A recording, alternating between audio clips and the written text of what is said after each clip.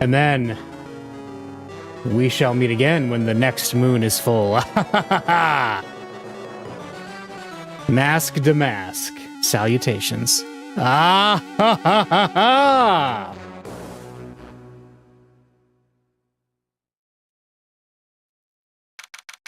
October 11th, 3:24 p.m., Wright & Co. Law Offices.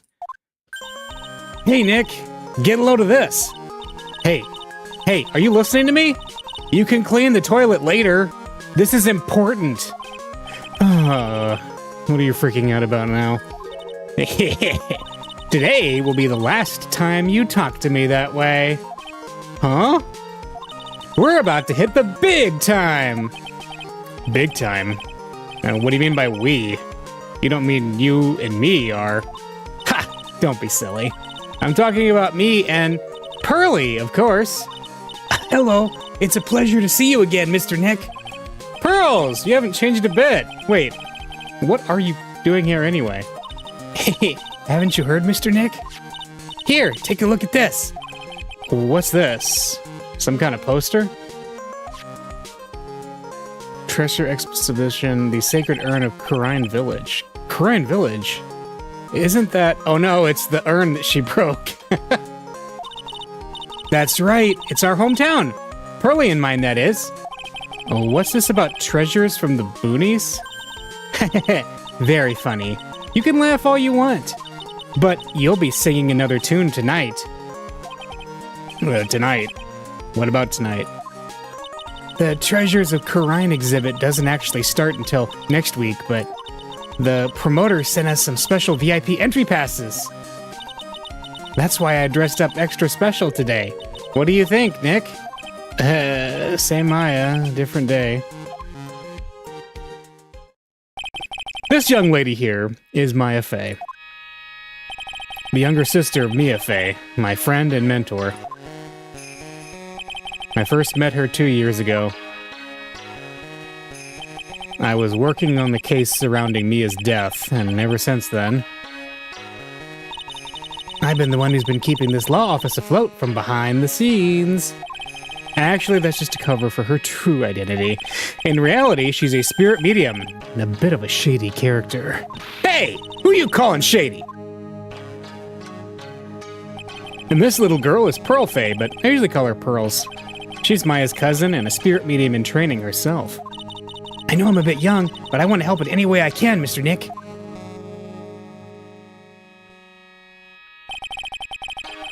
Oh, new characters in the office. Exciting. Can't wait to hear their backstories. Yeah, these brand new characters who we've never heard of before. Kurine Village is the home of the mysterious Kurine channeling technique. And Maya here is the daughter of the Kurine School of Channeling's master. I know it sounds ridiculous, but it's no joke. I've seen her power with my own eyes. It's the real thing, all right. Earth to Nick. How long are you going to make two gorgeous women like us wait? Yes, Mr. Nick. I can't wait any longer. I want to see the exhibit. Looks like I don't get a choice here. Might as well head on out. All right, we got the treasure exhibit poster in our court record. Why would we need a court record? We're just going to have a fun time. This is like a slice of life episode, right? October 11th, 7:18 p.m., Lordly Taylor, main exhibit hall. Lordly Taylor, the city's fanciest and most expensive department store. Treasure exhibit, huh? I have to admit, I'm pretty impressed.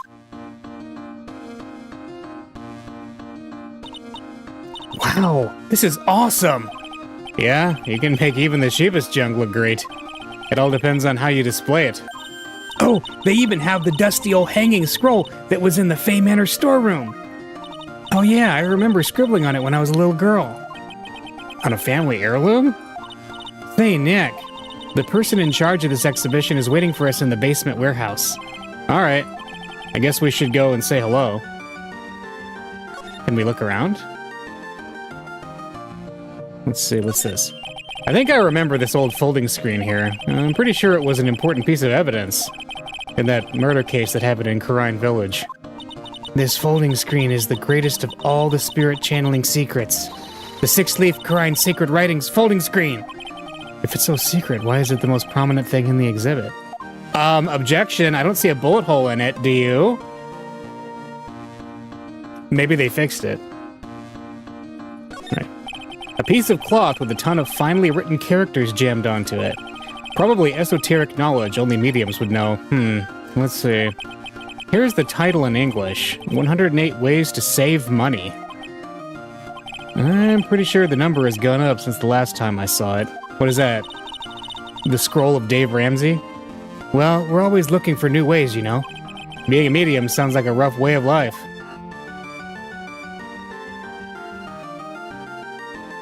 What did you miss? Oh, you didn't miss... You haven't missed much so far. They're at a exhibit at a department store. What's with this big cushion? It's just lying around with nothing on it. Well, it must be for the greatest treasure of all.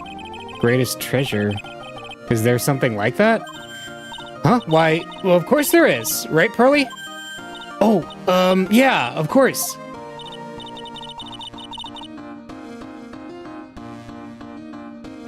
You are... Hey. Yeah, I'll bet it would really take your breath away. Alright, so let's see.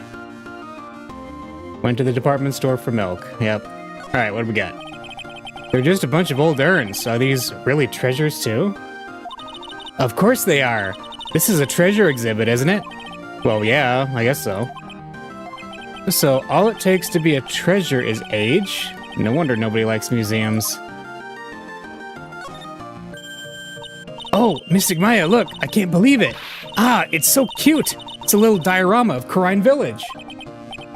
Yeah, look at that. But somehow it seems to reek of dreariness. Oh, Mystic Maya, it's your house. It even says Fay Manor on it. Yikes, you're right. I kind of want to add the famous in front of it. Don't do it, Maya. They might get mad. Okay. I think we've looked at everything there is to look at in this exhibition, so let's head to the basement. Wait, this basement looks an awful lot like the parking lot from the Rise from the Ashes case. October 11th, Lordly Taylor, basement warehouse. Yep. This is a basement warehouse, alright. This place is scary. I feel like a monster could jump out at any time. Don't be scared, Pearly. I'll protect you. Oh, Mr. Wright. Monster! You were right! Huh? A monster? Good evening. It's good to see you again. You? I know you! Nice to see you again, too, little miss. Oh! Hello! Is she a friend of yours, Nick? How do you know her, Pearly? Nice to meet you. I'm Adrian Andrews. I'm in charge of the promotion and planning for this treasure exhibit. I'm also responsible for the security arrangements. Oh, nice to meet you. Adrian sure has changed since we last met. So this is the warehouse. This is the warehouse. The really valuable exhibit items are still stored away in here. Alright, let's talk. How's things been since, you know, the whole working for a insane, evil, murderous actor thing? Two of them, technically. It really has been a long time, hasn't it, Mr. Wright? Nick, what's going on? Who is this woman? Why are you freaking out on me? What? I just thought it'd be more dramatic if I got all worked up, that's all. Mystic Maya, you shouldn't let him off the hook so easily. Please, Maya, don't say anything that'll needle pearls further.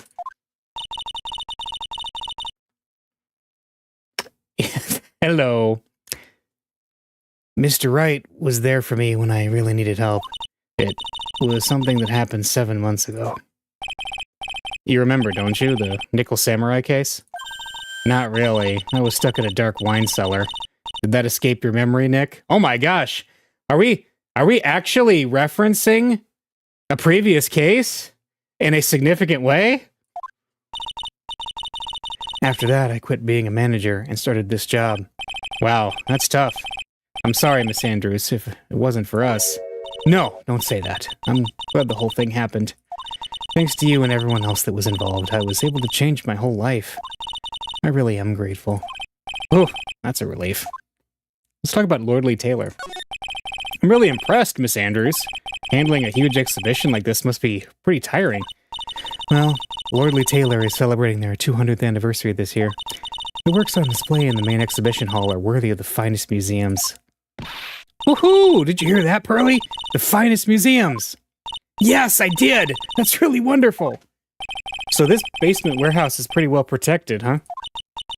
Of course it is. After all, there are some priceless treasures here. The security guards are all very highly trained as well. That sounds good. So, what is it with that face she's making? Yeah. Can we, you want to see my badge? I owe a great deal of thanks to that badge. It's the only reason that I'm still here today. Oh, come on now. That's not true. I think what Nick means to say is it wasn't thanks to the badge, it was thanks to me. Tell the truth, Nick. I know that's what you were thinking. No, no way, Maya. Okay. And it was Edgeworth. We can't let Edgeworth, you know, not get some credit. Oh, whoa, that's pretty sweet looking. Mystic Maya, take a look next to the door. That's Mystic Amy, right? Yes, that's a statue of the woman who invented the Karine channeling technique, Amy Faye. The statue is on loan from one of the training halls of the Faye branch family. In fact, it just arrived this morning. Amy Faye's golden statue. Ah. Well, you remember the urn that was in the picture? It says, I am. And we found out in the case in the last game that it should say Amy, but it got broken. What's that creepy looking thing she's holding? Don't ask me. How should I know? Well, you are the future master, right? And maybe so, but this is the first time I've ever seen this statue. That thing is the Karine Shichishito. Shichishito. I'm gonna say that carefully. It's a ceremonial sword. It's not a real weapon, so the blade isn't sharp. Aw, phooey. I wanted to cut something. What are you eyeing me for? Oh, look, it's already 8 o'clock. Have you all eaten yet? Well, actually, I've already made a reservation at the restaurant on the 12th floor. Why don't we all dine together? Oh, I like the sound of that. Dine? It sounds so fancy. I'll have the kids' lunch. Pearly, it's dinner, not lunch. Why don't you go for it and really eat your fill with a kid's dinner? Okay, in that case, one kid's dinner for me. Shall we head upstairs then? After that pleasant evening, all that remained was to wait for the exhibition's opening. It was wonderful seeing Miss Andrews looking so happy. None of us could have imagined that the very next day, something terrible would happen. Okay, so the scene we saw at the beginning was after this? After that scene we just had? Okay. Probably. October 12th, 10 a.m., Wright & Co. Law Offices. Nick, this is terrible. What the? You're cleaning the toilet again? I never knew you were such a toilet freak. Give me a break, would ya? My brain just hit the snooze button for the 5th time. I'm gonna turn on the TV. We've got an update on the recent treasure heist. Based on clues found at the scene of the crime, authorities have announced that they believe it was work of the renowned phantom thief, Mask Damask. Mask the Mask? According to a spokesperson, Lordly Taylor received a threat letter some days ago. This is the 5th heist by this phantom thief, who only targets rare treasures. Lordly Taylor? Well, Nick, what are you gonna do? Don't you dare go back to scrubbing that toilet. Treasure? Lordly Taylor? Wait, you don't think... Yes! Now get up, Nick! It was stolen by Mask Damask. You gotta put the star in there, too. Our most valuable treasure. The Corrine Sacred Urn was stolen! What? Sacred Urn. Refresh my memory a little. What's this Sacred Urn? It's only the most important treasure in Corrine Village. That's all. Look, it's right there on this poster. Don't you remember what's inside? The urn contains a very important soul. Namely, the soul of Mystic Amy Faye, the founder of the Corrine channeling technique. Right, Pearly? The most valuable treasure was the friendships we made along the way. This is true. This is very true. Yes, that's right. Hold up. I thought that urn had the name Amy written on it. Okay, I already explained this, Maya. Didn't you hear me? Now it says I am. Any idea how that happened, Pearly? Well... there are some things best left unsolved, wouldn't you say, Mr. Nick? That's right. 1 year ago, there was a murder in Corrine Village, Maya's hometown. The Sacred Urn, it turned out to be an important clue in that case. Yep. One of the treasures of Corrine Village, supposedly priceless. It looks like a plain old pot. Is the real treasure here? Well, thank you.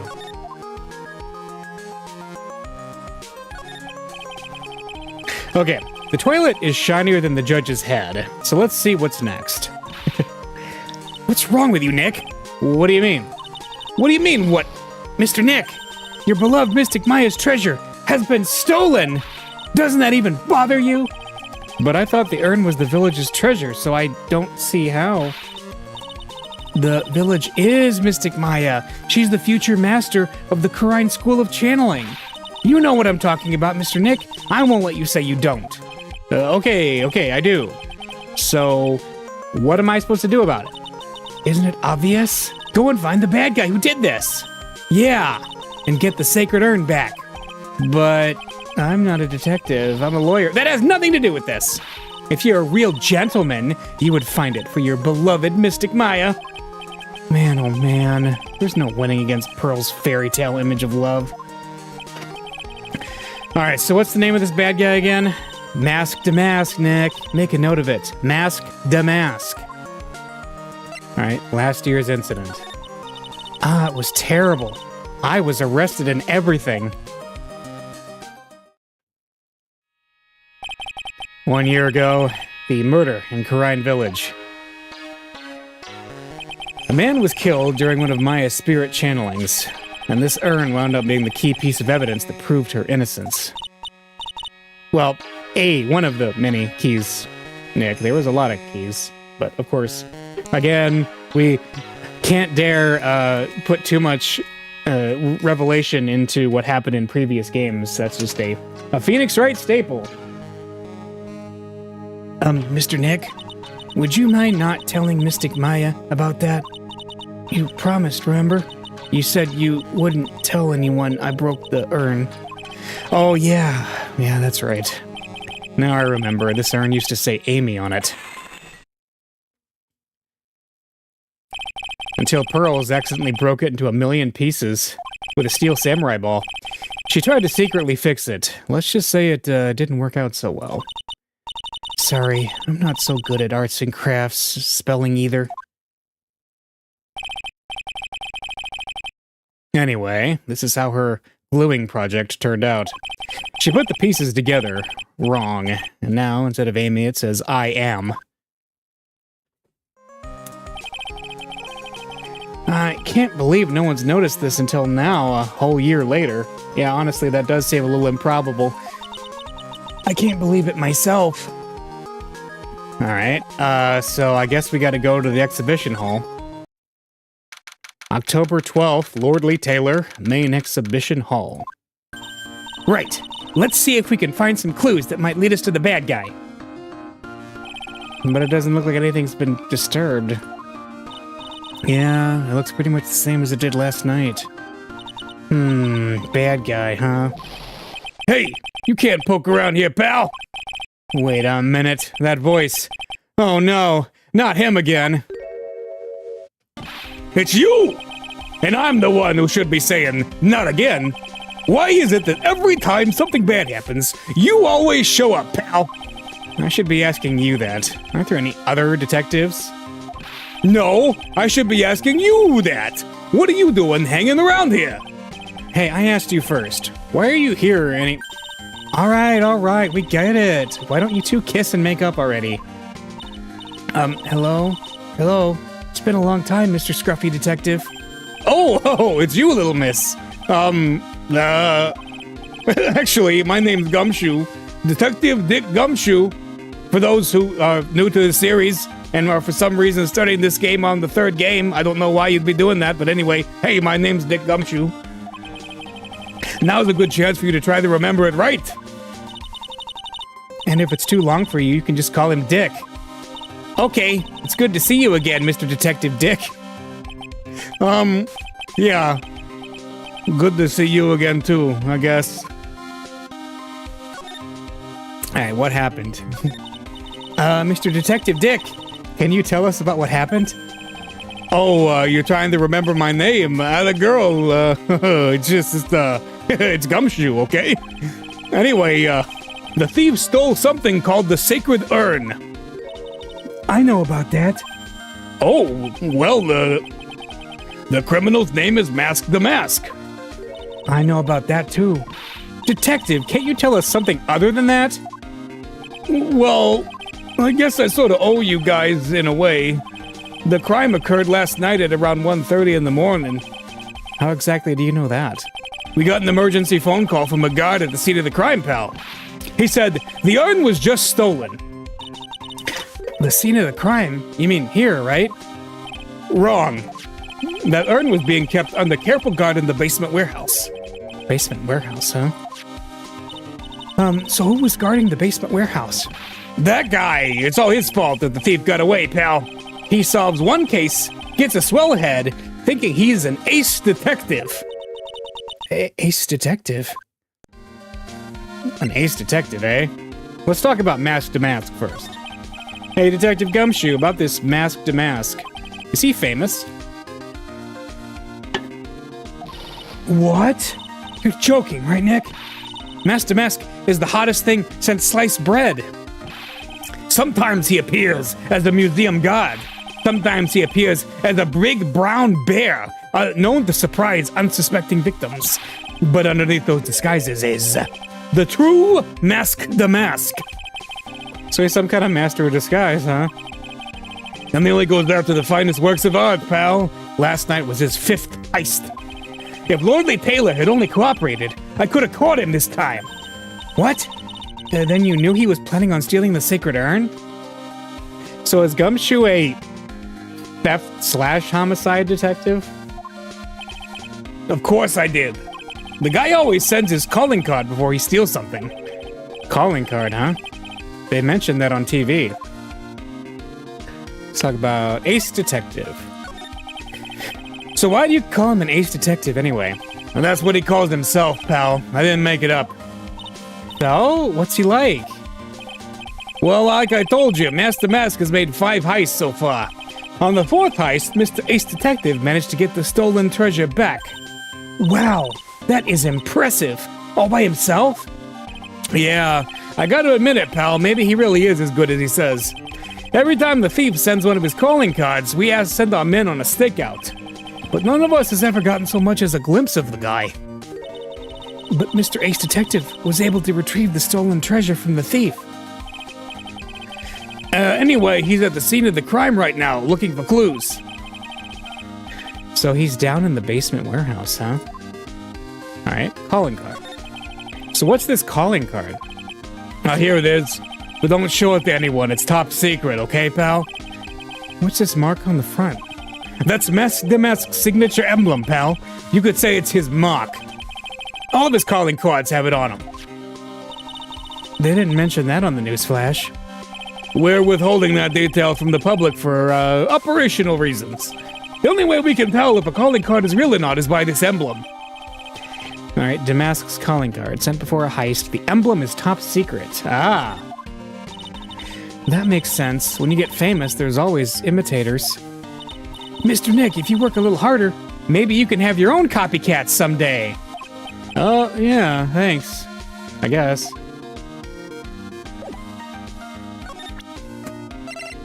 Alright. Hey, Gumshoe. It's time. You and me. This dance will not end. Here's my attorney's badge. Here, take a look at my attorney's badge. Are you still showing that cheap little thing off? A real man keeps his mouth shut and carries a suave police badge, pal. Alright. This is another bit of our elaborate dance. Back to the basement. October 12th, Lordly Taylor, basement warehouse. Well, no matter how many times we come here, this place always gives me the chills. That's probably because it's air-conditioned to protect the art pieces, you know? Welcome to my private little banquet of chaos. Who is this? Huh? What the heck does that mean? Aha! Yeah, I'm afraid I have very little to offer, but please, make yourself at home. Who are you, anyway? Shh! Silence! Now I see! It's all becoming clear. What do you see? Zvari! The truth has once again been elegantly revealed to me. A lawyer and a spirit medium, neither very advanced at their trade. Am I wrong? Yikes! Oh, that's scary. How did you know that? How, you say? The universal skeptic would say that is how nothing but a question of why. I am a traveler of both time and space, and a swimmer of dreams. What is he talking about? I can't make heads or tails of it. Without further ado, let me fulfill what should be the first duty of any gentleman, and introduce myself. The name is Atme. Look at me. Alright. Think about that one for a second. I know the pun is very hard to grasp.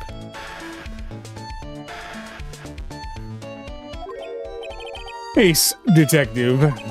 Oh, hi. Don't let him intimidate you, Nick. Stand up and show him what you're made of. The name's Wright. Phoenix Wright.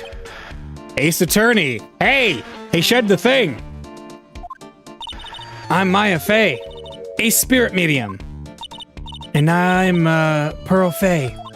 I'm Mystic Maya's cousin and, a spirit medium, Ace Apprentice. Excellent! Well then, shall we begin our little game? Game? What does the phrase one short of a baker's dozen come to mind with this guy? Ace Detective, let's talk about that. So are you really as famous as you say? Of course! For a lawyer, you have a rather shocking lack of knowledge about the world. I had no idea anyone was left in this city that had not heard of me. Look at me. I am Damask's arch enemy, the Ace Detective. Look at me. At this moment, there are two mighty figures which loom large over this grand city. One embodies the nefarious forces of darkness, the other the angelic cherubs of light. Boy, now I'm really lost. What is he saying, Nick? I have been personally on the heels of this villain since his first crime. After learning this criminal's patterns, I have thwarted his very latest loathsome larceny. I even returned the target of his tyranny, the portrait of Magina, to the crime scene. And I did it all by myself. I took it back from mask to mask with my brawny mind and my brilliant muscles. Yeah, they mentioned it on the news in the Great People Around Town segment. They said that the museum gave you an incredible jewel as a reward. Well, compared to the treasure that I retrieved for them, it's not much. So, in the end, the only thing that makes you great is your own self-praise. Alright, mask to mask. Oh, tell us what you know about mask to mask, and keep it simple, please. Like about how I have devoted my life to thwarting his dastardly deeds? Last night, here in the bowels of this store, we were locked in the most glorious battle. I see. Huh? Oh, hang on a second. You were here last night? Here? In Lordly Taylor? Naturally! Wherever Master Mask goes, you will find Atme laying his elegant traps. Elegant traps? More like Damask out-eleganced you and made a beautiful getaway. But this time, I allowed him to escape with the illusion of victory. I wonder if I should ask him about what happened last night in more detail. Yeah, night of the crime. Can you tell us exactly what happened here last night? But of course, after all, I always say there should be no secrets between aces. Flattery will get you nowhere, Pinocchio. I first received the request for my services 20 days ago. And it was 20 days ago that we received Master Damask's calling card. Huh? You were hired before the calling card even arrived? Yes, you see, the person who hired me is quite rigorous and thorough. That's Adrian for you. A mere 10 days after hiring me, her worst premonitions were realized. A calling card arrived, right? Yes! So, ace detective that I am, I set a trap for the thief, right in the warehouse, and waited for him alone. Alone? But why? Why didn't you go to the police for help? Ridiculous! Why would I seek help from such a singularly useless group of nincompoops? You've got a lot of nerve. After all, it was you that let Master Damask get away. I always operate alone and concealed, out of the sight of others. Corn sealed? Precisely! Even the guards on duty here were unaware of my presence. To fool your enemies, first you must fool your friends. It's my own original proverb. Anyway, back to what happened last night. As I was saying, I hid here in the warehouse and waited for the thief to arrive. But I swear to you, not a solitary soul came through that entrance. Nevertheless, the sacred urn disappeared. But that's impossible. How could it just disappear? How, you ask? Oh, don't be ridiculous, a lawyer. If I knew the answer to that question, I wouldn't be here. For someone who seriously messed up his own stakeout, he's rather full of himself. So you're saying that even though on one came through those... No one... Wait. So you're saying that even though... That should be no one. So you're saying that even though no one came through these doors last night, our precious urn still somehow vanished from under your nose? That's just not possible. Yeah, that's weird. But let's look around. I see the sword on the ground. Sir Lawyer, please refrain from such crude behavior. Huh? What do you mean? This criminal is an artist! The crime scene, is the canvas upon which he paints. Only I, Ace Detective Atme, have an eye which is educated enough to read the signs.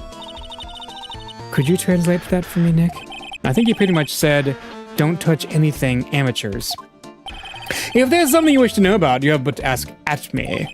I know everything there is to know about my rival, Master Mask. What do I do now? Does he have any top secret information? Stuff that only a real crime buff would know? I'll think about what to ask while I listen to what Mr. Ace Detective has to say. Can we talk to him more then? No. Is there anything else I can look at without him giving me problems? No. Alright. What about the calling card? Master Mask calling card. It's got his emblem printed on it, right? Quite impressive! But I would expect nothing less from my arch rival. I'm surprised to see you in such possession of a top secret piece of information. Well, we've got an ace lawyer, an ace spirit medium, and an ace cousin apprentice here. Yes, indeed. I think I could learn to like you, my fellow ace professionals. I don't know if I really want this guy to like us, ever. Well, Sir Lawyer, I've been told that you are too pursuing the mysterious thief. Well, I'm not sure I would say that exact. No, that's right, that's right. We're gonna find the sacred urn no matter what we have to do. Excellent. I will trust you. I permit you to take a look around while I investigate elsewhere. If, perchance, you should discover anything of value, return them to my office. My Office of Earthly Delights, the Atme Detective Agency. Office of Earthly Delights? Well then, Sir Lawyer, if you'll excuse me, I have much to do. Wait a minute. He's gone. I don't like the idea of doing this guy's work for him. Come on, Nick. Don't worry about it. It's no big deal. Let's hurry up and investigate before he changes his mind. I want to go to his office, too. Take me with you, okay? Alright, here we go. Oh, and this is this game's investigation theme. Yeah. Wow, this is awesome. What did Miss Andrews say it was called again? Shichishito. It's literally a 7-branch sword in Japanese, or so says Miss Andrews. I mean, none of us know Japanese, right? This game has nothing to do with Japan. Whoa, it's pretty heavy. One hit, 7 times the fun. Pretty catchy, huh? I bet it would sell like hotcakes. There's something about it that bothers me. Wow, you're really firing on all cylinders today, Pearly. Well, this sword, wasn't Mystic Amy holding it last night?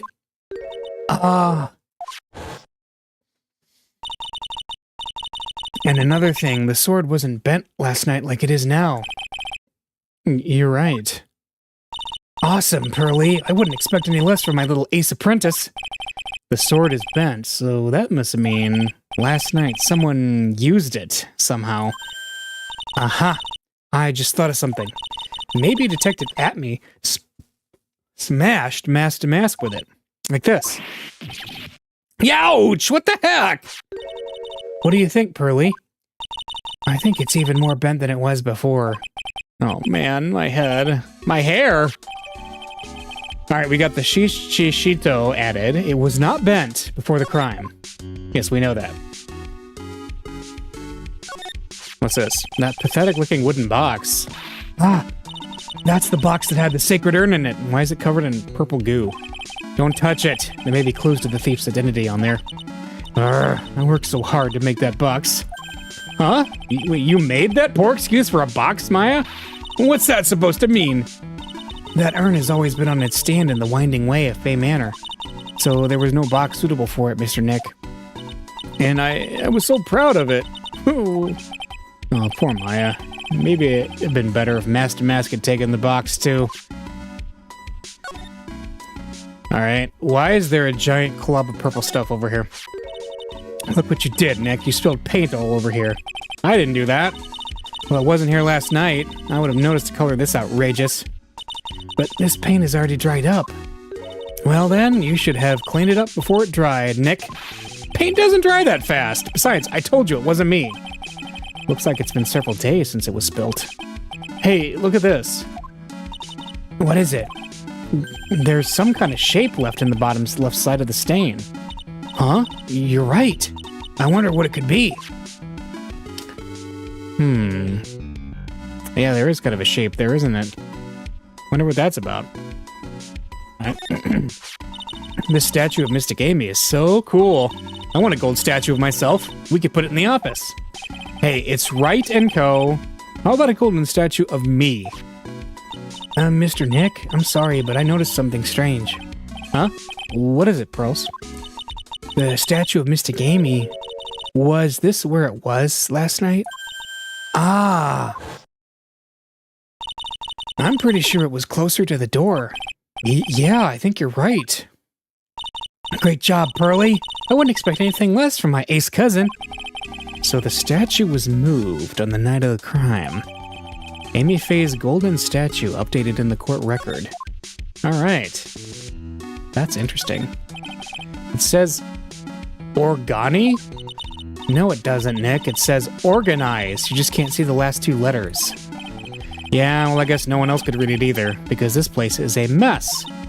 Yeah, you must feel right at home, huh? Burn. Okay. What's this? Hey, Pearly, do you know what this is? It's a computer. A computer? Oh, I have heard of those. It's such a cute name. It looks like this computer is for storing the data from the security camera. When someone comes in or out of the warehouse, the camera takes a photo of them. It's probably the trap that the detective set up. Let's see if we can find last night's data on this thing. We might even find a photo of Mask to Mask. Let me see here. Man, I really stink at working these things. What's wrong, Mr. Nick? You're sweating an awful lot. I don't know how to pull up the photos. I had no idea you were so pathetic with high-tech stuff, Nick. Yeah, well, I managed to print out the camera data anyway. I guess you have to learn to crawl before you can walk, right, Nick? Yeah, sure. Anyway, looks like the camera only went off once last night. The camera data. The warehouse camera went off once at around 1 a.m. on the night of the crime. Interesting. Ah, it's a security camera. It's trained on the big door of the storeroom. It's set up to take a photo of anyone that goes in or out. A security camera? Yeah, go stand in front of that door and it'll snap your photo too, Pearly. Mystic Maya, do you think I should smile? Nah, it's for criminals, so I think you should make a really scary face. Like this. Okay. Anything else over here? Mr. Nick, what's that big door over there? It looks like it's the door to the actual storeroom. I can see lots of big boxes and stuff back there. I guess that's where they were keeping the sacred urn. Remember, Maya, Miss Andrews said we're not allowed in there. Yeah. Okay. Of course, this is a criminal investigation now. Oh wait, there's some paint over here. Can I look at it? Burr. Looks like a part of a big signboard. All I can read on it is the word Burr. B-E-U-R. Aha, I've got it. Maybe it's supposed to say hamburger. Why would anyone write hamburger that big? Like maybe for the World Hamburger Festival or something? I kind of doubt it. Aha, I've got it. Maybe it said spaghetti. Why are you talking about food? Oh, wait, that's normal for you. Anyway, it says burr. There's no way it could be spaghetti. Well, maybe it was a typo. It might have said Spaghetti Festival. What do you think? Okay. Okay to me. Besides, spaghetti is the only thing more tangled than your reasoning. I hope she brought lots of spaghetti. Alright, that meme brought to you by the year 2007. Well, let's see. Let's go back to the main exhibition hall. Hey, Nick, your cell phone's ringing. Can I just say it is hilarious that Nick's ringtone is still the Steel Samurai theme? Presumably years later.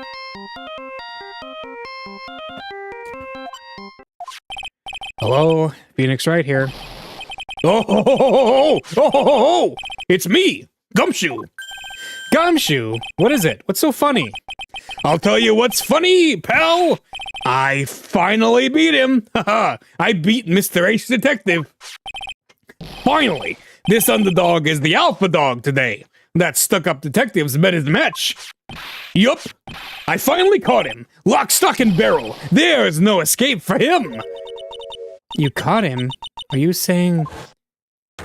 You captured Mask to Mask? Bingo! Well, actually, he surrendered. But I still got him. Mask to Mask surrendered? That's great! So when can we come and pick up the sacred urn? Well, you see, I was gonna tell you. What? Something wrong? Do you think you can swing by the detention center sometime? The detention center? He wants to talk to you, Master, that is. What? He wants to talk to Nick? I'll be waiting for you, pal, so get over here soon. The detention center, huh? Alright. Wait. At Me Detective Agency. Can we go there? Whoa. October 12th, at me detective agency. This is a detective agency? Looks more like the set of some B-grade horror movie. Hello? Is anyone here? Yeah, it looks like nobody's home. What a waste of time. Hey, I know. Let's take that framed picture back with us as a memento. Don't you dare, Maya. Guess we'll have to try back later. Well, this looks a bit like a miniature version of Sholmes's office. Okay. Let's go back to Wright & Co. and Detention Center. October 12th, Detention Center, Visitors Room. Hey, pal! Welcome to the Detention Center! You're sure in a happy mood, aren't you? Yup! They're all! We got masked them... Right, but, so where's the sacred urn? Oh, sorry about that, pal. I guess I didn't really think about it before. But, you're the victim in this case. Huh? Well, I guess I should let you guys hear the story straight from the horse's mouth. You know, he's right, Nick. He is? If you think about it real hard, we are the victims. Well, I guess so. In a way. I'm so used to thinking of the victim as a dead person because we're always on murder cases. Excuse me. But anyway, I have to get the sacred urn back. Please, don't just ignore me.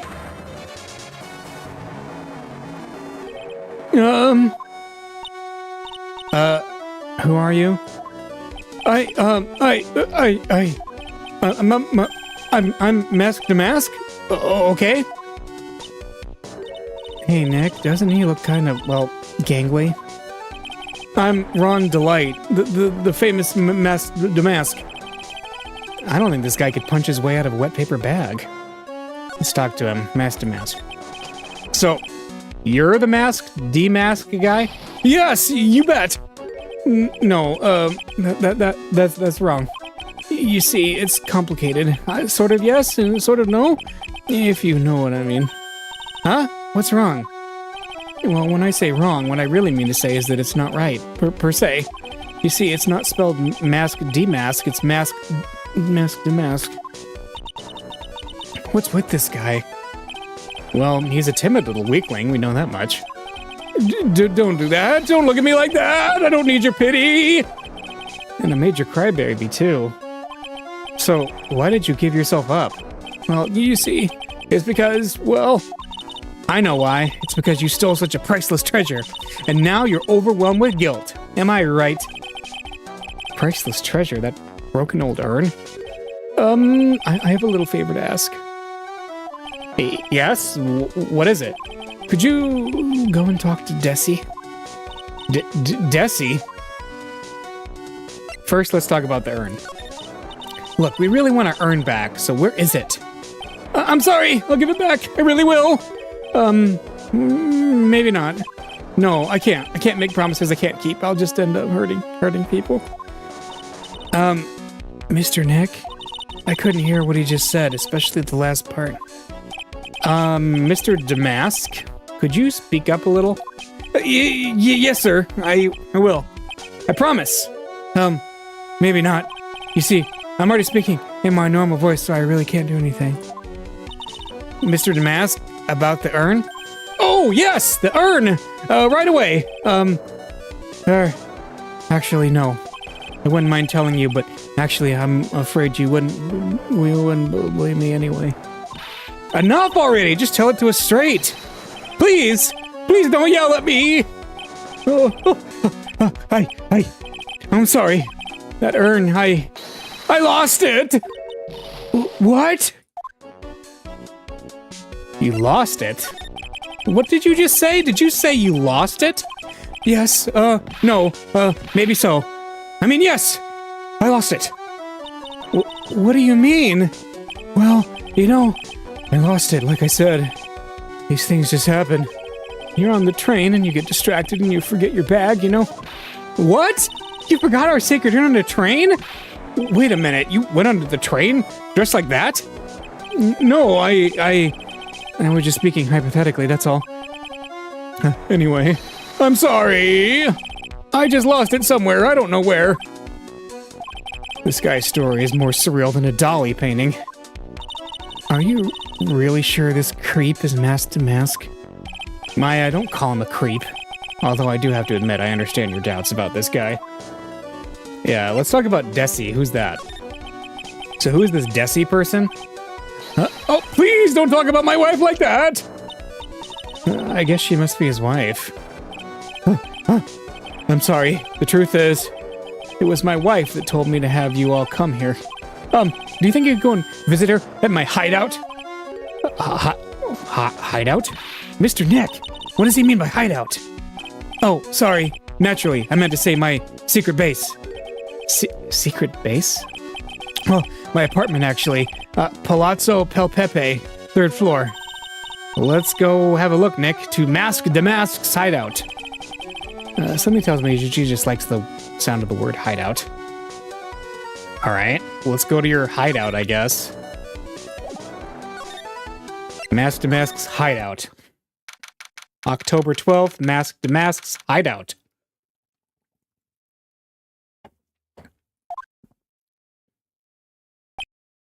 Wow. Check this place out. No doubt about it. This is Mask Damask's hideout, all right. Who is it? Is that you, Ronnie? Huh? Who are you people? Are you Desi Delight? That's right. I'm Desiree. Hey, oh, you must be the lawyer and the victim. Yeah, that's us. Your husband told us to stop by and speak with you? I'm Maya Fate, and this is Phoenix Wright, attorney at law. Nikki Boy and Maya, huh? I can't tell you how grateful I am that you decided to help my Ronnie. Well, you're welcome. Did she really call me Nikki Boy? All right, talk about Ron. About your husband. Hey, isn't he the cutest? A bit weak sometimes, though. A bit?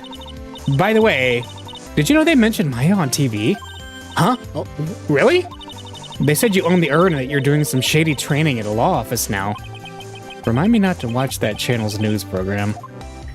After I saw that, I thought it might be a good idea to meet the lawyer they mentioned. I see. My Ronnie, he has a powerful imagination. He gets deluded easily.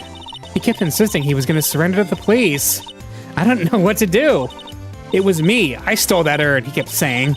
As if that was even possible. Huh? But, are you saying he didn't? Of course he didn't. Why would my Ronnie ever do something like that? Well, you know, it's a priceless treasure and he's, you know... Is it possible his own wife doesn't know his secret identity? Let's talk about Desiree Delight. Me? I'm the kind of woman that needs excitement in her life. Oh, excitement, huh? Yes, I'm at my happiest when I'm racing along with my bike, going at full throttle. Riding a motorcycle is like putting your life on the line, you know what I mean? Well, I think that depends on how you ride it. I'm the type that can't stand living a boring, dreary old life with no action. No offense, but your husband, Ron, doesn't exactly look like the risk-taking type himself.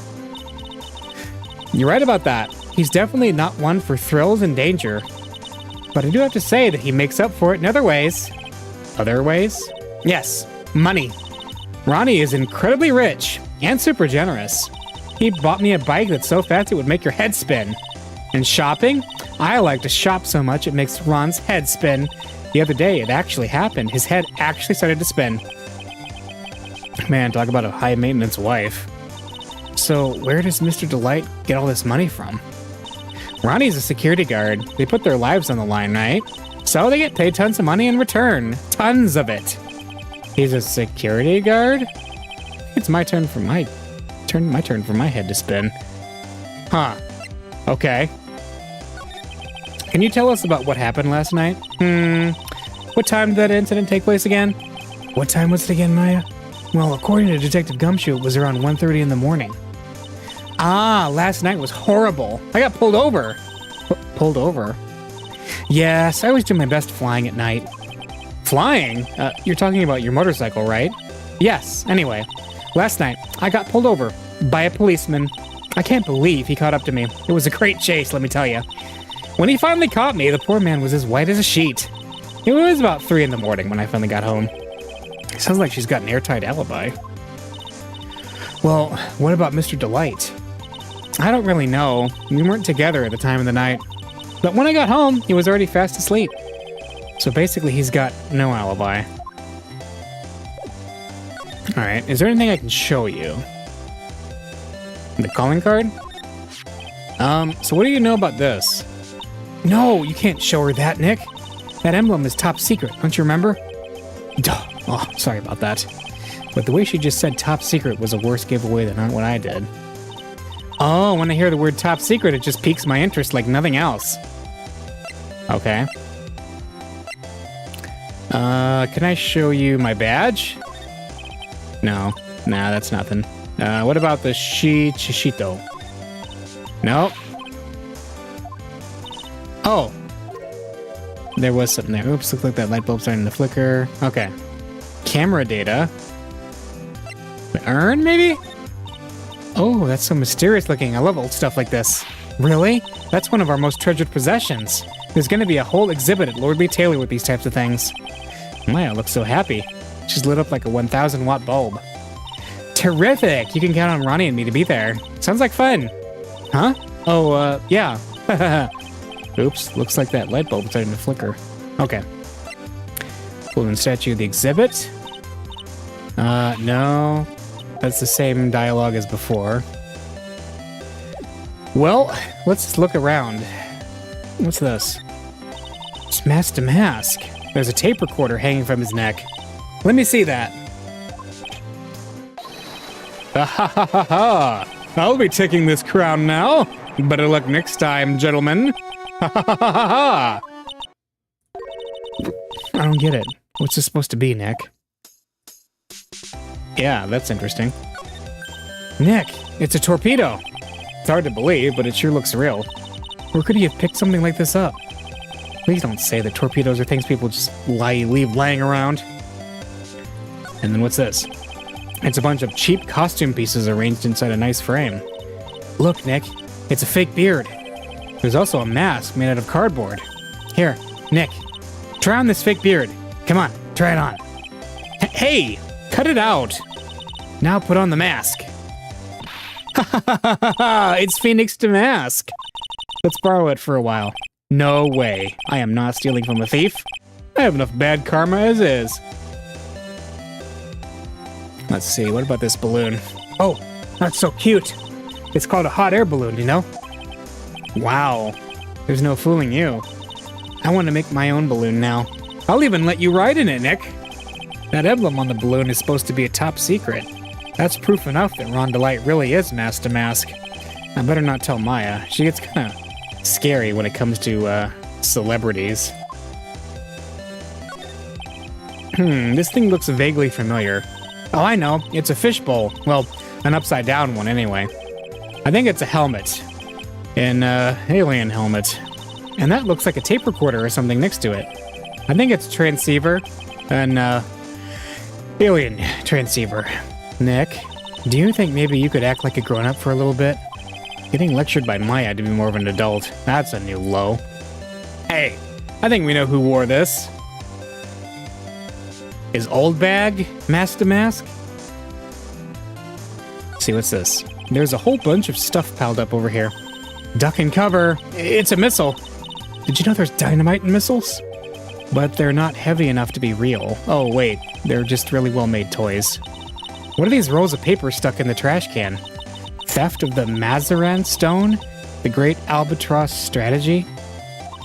Theft of the Immortal Goddess Statue? The Great Knuckle Bomber Strategy? Did the police even investigate this place? Wait, the Mazarin Stone. That's Sherlock Holmes. That's from Sherlock Holmes. There are a bunch of books lying here. They're all romantic-sounding novels about famous heists and fantastic thieves. Wow, look at all the bookmarks and notes stuck into them. Let's see here. Note, must remember this thief's way of laughing. Very useful. Note, calling card is an important part of any good thief's modus operandi. Wow, Ron really studied his stuff. Okay. So this place is like a shrine to his own being mask-to-maskness. Alright, we can't talk to her anymore. Can we say anything about the... No. Let's go to the Acme Detective Agency. No, nothing? Okay. Can we go back to the exhibition hall? No? The basement? No? What are we supposed to do here to move the story along? I'm thinking something here has to trigger something, right?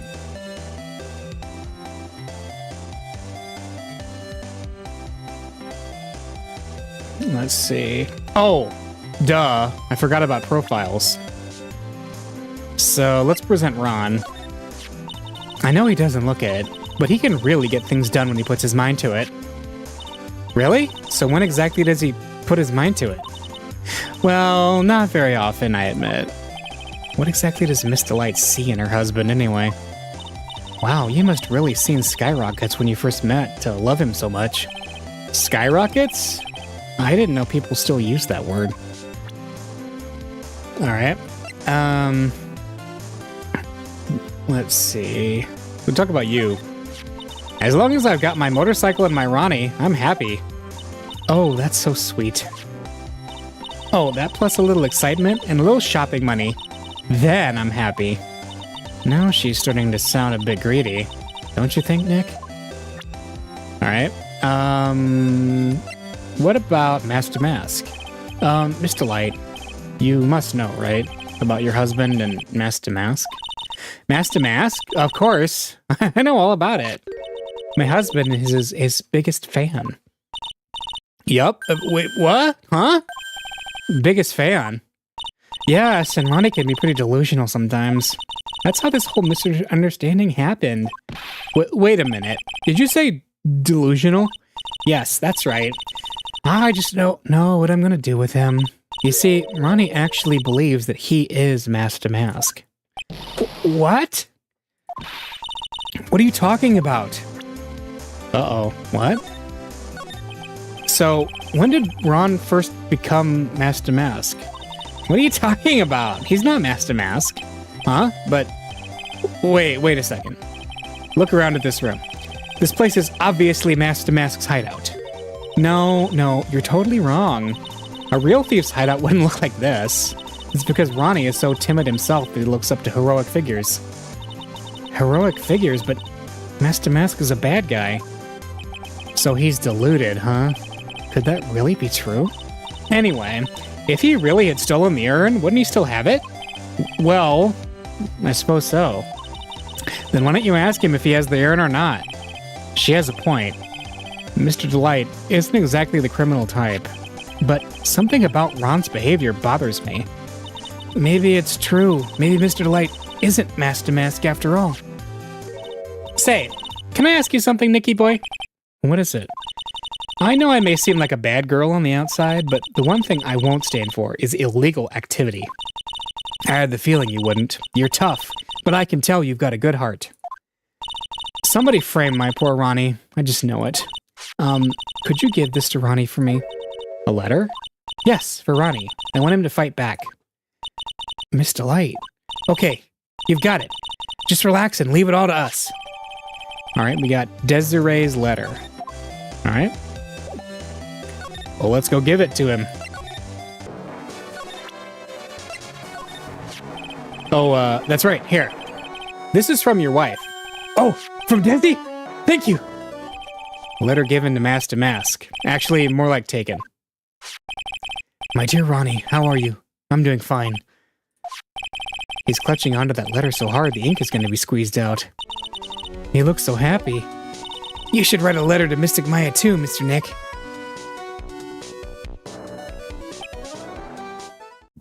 Oh, Mr. Lawyer. Yes? In the letter that Desi wrote, she said, ask this guy to be your lawyer. Huh? I know this would be asking a lot, but could you please take my case? My trial starts tomorrow. Hey, hang on a second. He can't be your lawyer. Why not? What do you mean, why not? We're the victims in this case, right? Victims of this Damask guy. Well, yeah, but according to Desiree, he didn't do it. She said, poor man, he's deluded himself into thinking he did it. Right, Mr. Nick? Come on, she could be lying to protect her husband. Well, that's true. No. Actually not. Actually, it's hard to say. Oh no, it's spreading. Oh, please, I'll give you the treasure of your choice in return. What should I do? Come on, we gotta do it. Take his case. Well, Mr. Delight, I've decided to give it a try. I'll defend you. Really? You will? Hey, what are you doing, Nick? He's a thief. You can't trust him. Well, he may be a thief, but I think there's more to this case than meets the eye. Mr. Nick, I was wrong about you. I shouldn't have trusted you. Pearls? I can't believe you'd defend this person after what he did to Mystic Maya. I'll never forgive you, ever. Wah! But, Pearly, wait. This is gonna be ugly. I'll go after her.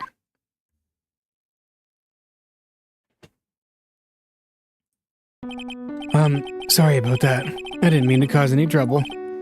Well, you couldn't have known she'd react like that. I guess I might as well start investigating. Oh, Maya, where's Pearls?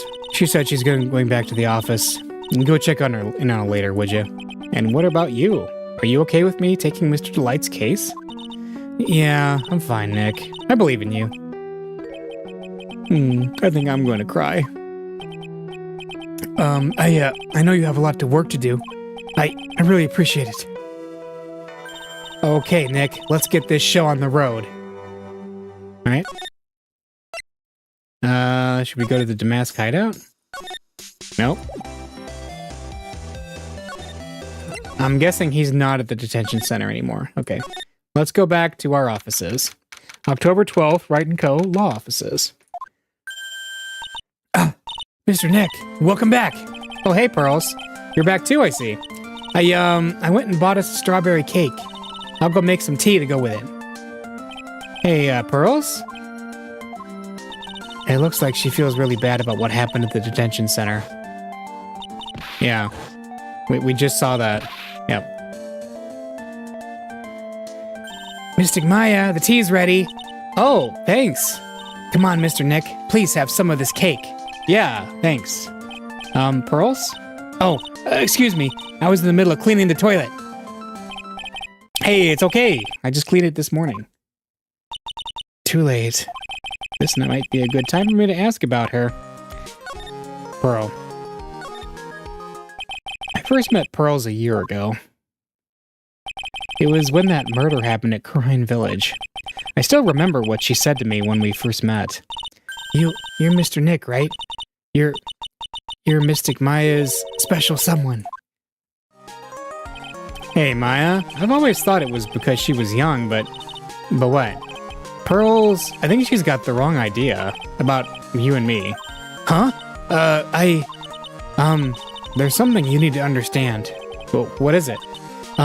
It's kind of like a Crine Village custom. Sort of. Let's talk about that. Crine Village custom. There are hardly any men in Crine Village.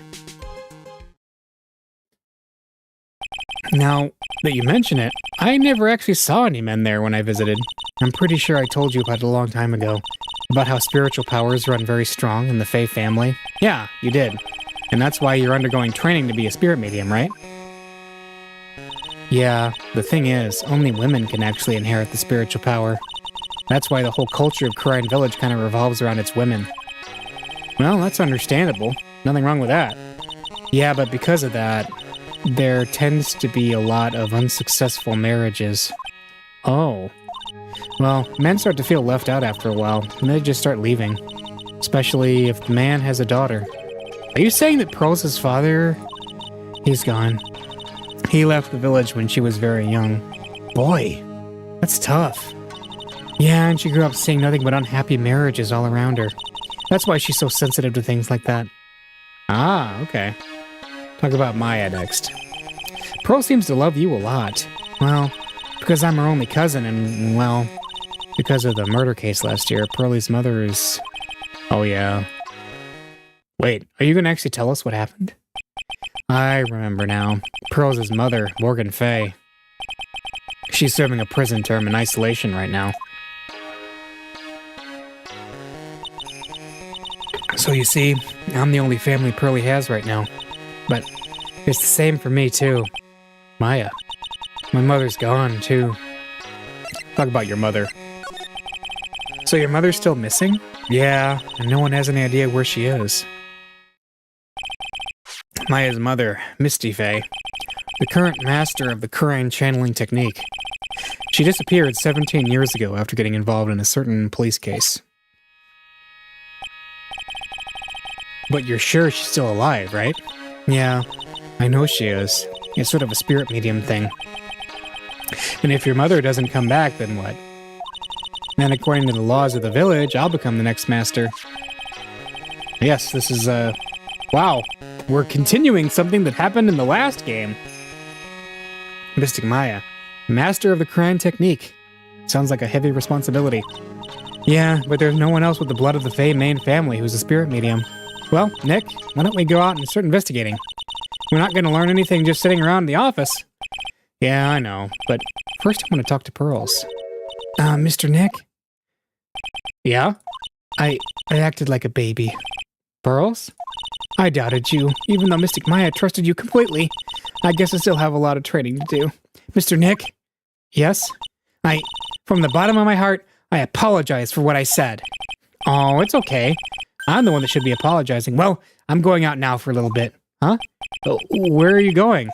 I may be small, but I still have a lot of spirit channeling power. So I'm going to show you it can be useful too, by finding some evidence. Hey, wait! Ah, she sure runs fast. Nick, let's back off and give her some room, okay? Yeah.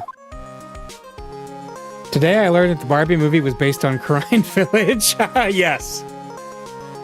Yep. Pearl's dad was named Ken, and he decided being in Kurine he was not a Knuff.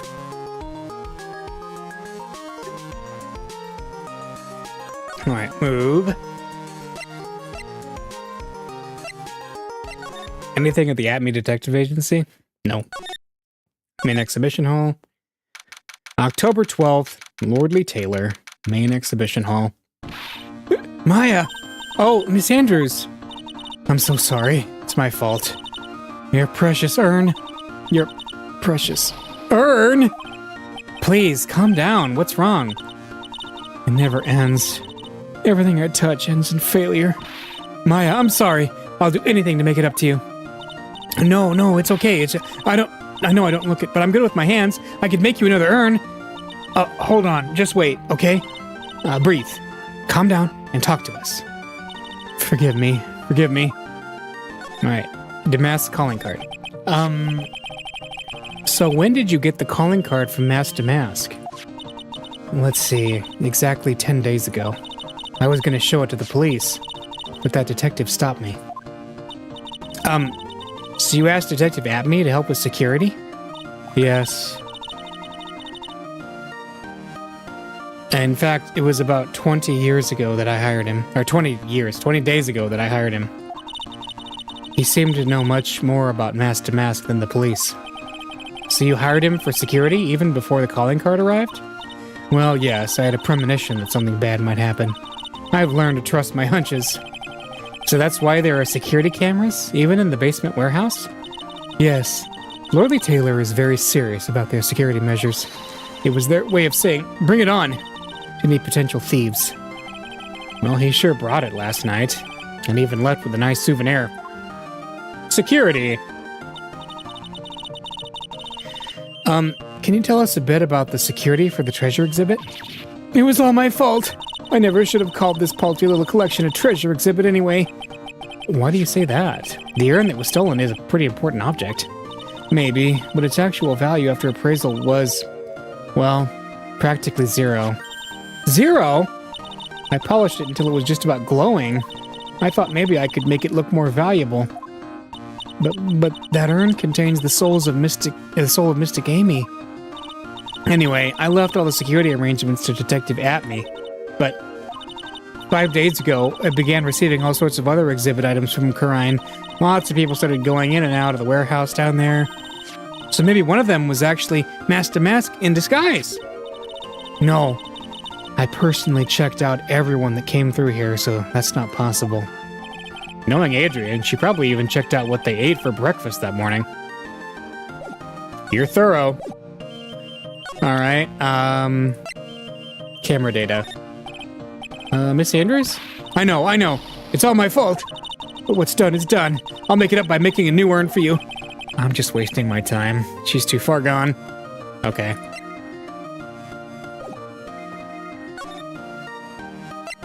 Relax, Adrian.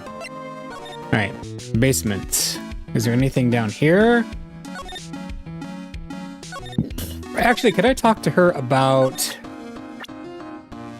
Rondolite? No. Master Mask? No. Gumshoe? No. How about yourself? No. Okay.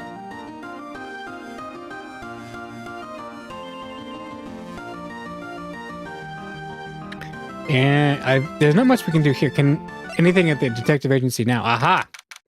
October 12th. Atme Detective Agency. Hello? Well, how lovely it is to see you again, my dear.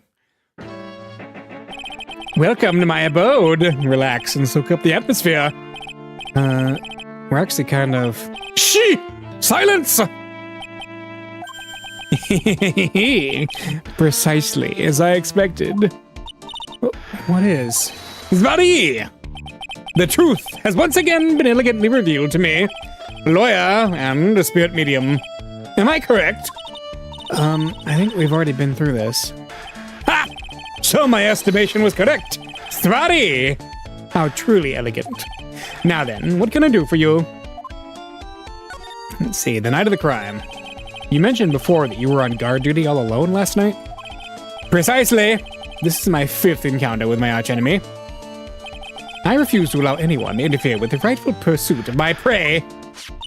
I heard you've been after Master Mask since his very first theft. Yes, my dear. I see you've done your homework. In his very first heist, that vile thief pilfered the famous jewel, the Tear of Emanon. I first encountered him in the museum's Sacred Hall, the crime scene itself. So, that's why you were hired as a security for the treasure exhibit? I'm pretty sure he said that Adrian Andrews hired him. Yes, I borrowed some equipment from Lordly Taylor and set the perfect trap. He must mean the security camera. But I thought you were watching the area yourself, too. So, how did Master Mask manage to steal the urn? That's the million-dollar question. What is Damask's modus operandi? Let's talk about the urn first. Mr. Atme, did you know about the sacred urn? I'm interested in only one thing, my dear, and that is Mask Damask. Sacred urn? That has nothing to do with this case. But wasn't that what Mask Damask stole this time? I am a hunter, sir. The urn was nothing more than a lure to catch my prey. Do you yourselves remember the shape of the individual peanuts you throw to pigeons? I don't think I like this guy's attitude, Nick. Well, anyway, it looks like he doesn't know about the urn. All right, Damask's MO. There's something that's kind of bothering me. Please, my dear, ask me anything you like. After all, we are all but seekers, wandering alone in the dark. Well, I was wondering how Mask Damask managed to steal the urn. I mean, isn't it strange that you don't seem to know? Yeah, now that you mention it, it is strange. After all, you were on guard that night at the scene of the crime. Unless you were sound asleep, you should have at least seen Mask Damask. What? Whoa, what the? It's a Cyclock. Cyclock? A Cyclock. Hey, Nick, what is this Cyclock thing? Wait, you didn't know about that? Wait, Didn't we talk about this with her last time? I swear we did. You know this already, don't you, Maya? I can't remember. Alright, well, your Magatama lets me see when people are keeping secrets. By breaking their mental locks, I can find out what those secrets are. What? The Magatama has that kind of power? Maya, you're the one who gave me this Magatama last year. Well, it's true that this Magatama is a prized family heirloom, but Pearly was the one that actually imbued it with her spiritual powers, right? That's why I don't really know much about what it can do. This is the woman that's going to take over the Karine channeling school someday. So how do you do it? How do you break the Cyclock thing? Well, you present the Magatama to the person with the secret. Cool! I can't wait to see it in action. Come on, try it out. Oh boy. I think the future master still needs to learn how to be patient. Alright, let's present.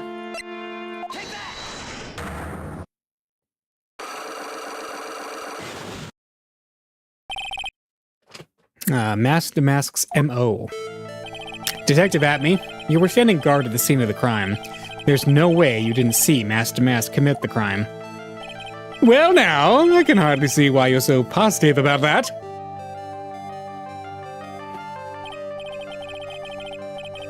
Yes, indeed, I was guarding the warehouse, that much is true.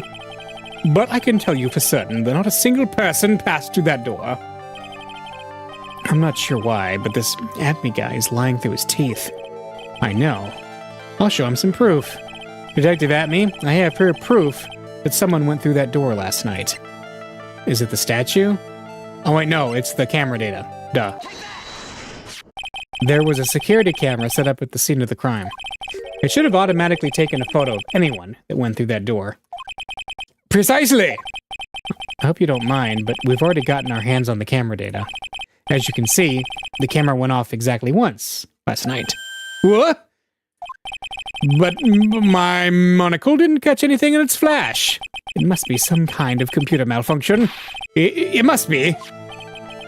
Maybe it was your monocle that malfunctioned. What? Are you saying that I didn't do my duty properly?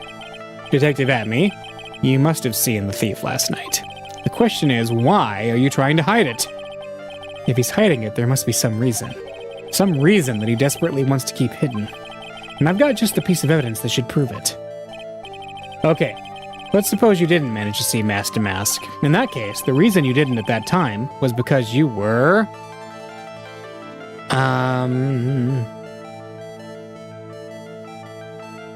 Was he He was either fast asleep, using the bathroom, or unconscious. Unconscious. That sounds the most reasonable. I'm afraid that making a guess is not enough. Time to put your money where your mouth is. Show me your evidence. Oh. Yeah. He got knocked out with the Shito. Detective Atme, you were knocked unconscious by the thief, weren't you? Surely you must be joking. You think that I, look at me, could be knocked unconscious so easily? This sword proves it. Oh, that's...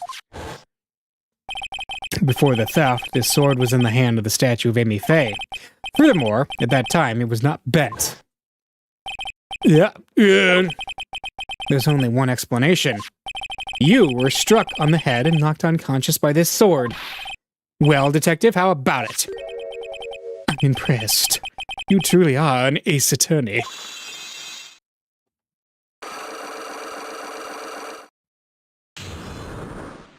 Today we were all Phoenix Wright ace attorneys. Alright, let's talk about your MO. I can't deny that there may be a small hint of truth in what you say. So, you were knocked out when the thief first clobbered you? Clobber? What an ugly way of saying it. But I suppose you could put it that way. The coward struck at the precise moment that I turned to look at the computer. So you never noticed that the thief had entered the warehouse? No, the coward must have wormed his way in through somewhere besides the door. Perhaps the air ducts or the sewer pipes. Then my arch nemesis struck me on the head from behind with this gruesome item here. Ouch. Mr. Atme should have his poor head examined. You can say that again. How could he have underestimated the thief that badly? Yeah. Alright, so Damask knocked Atme out during the crime with a blow to the back of the head. Well, it looks like we got one thing cleared up anyway. Huh? What? That Atme is the greatest ace detective in the world? Oh, I think we all know who the greatest detective in the world is. He's probably dead now at this point in history, but we know who it was. No, that he never actually saw the thief. Oh, that's right. So the thief may not even be Masked Damask. Just one moment, Sir Lawyer! The thief was unquestionably Masked Damask. But you never actually saw him.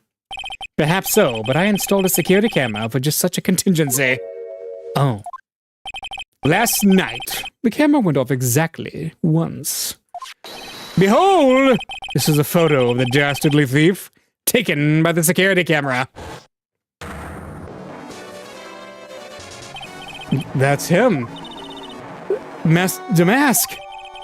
A photo of storeroom entrance taken by the camera on the night of the crime. This is it. This is the photo, then.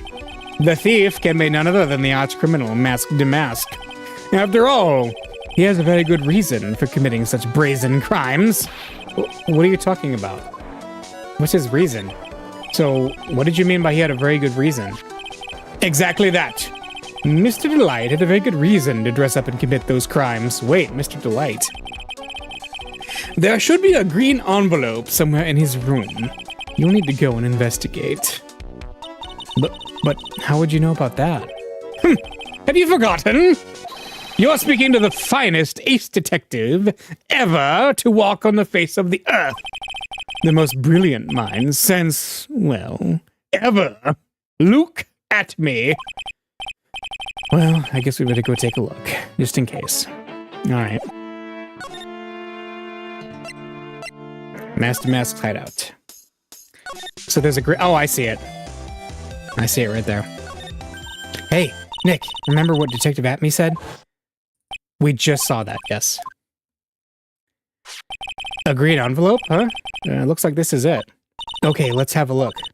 If you don't want your true identity revealed to the world, come to KB Security at 1 a.m. on October 12th and bring $50,000. $50,000? This is a blackmail letter? It sure looks like a major clue, all right. Huh.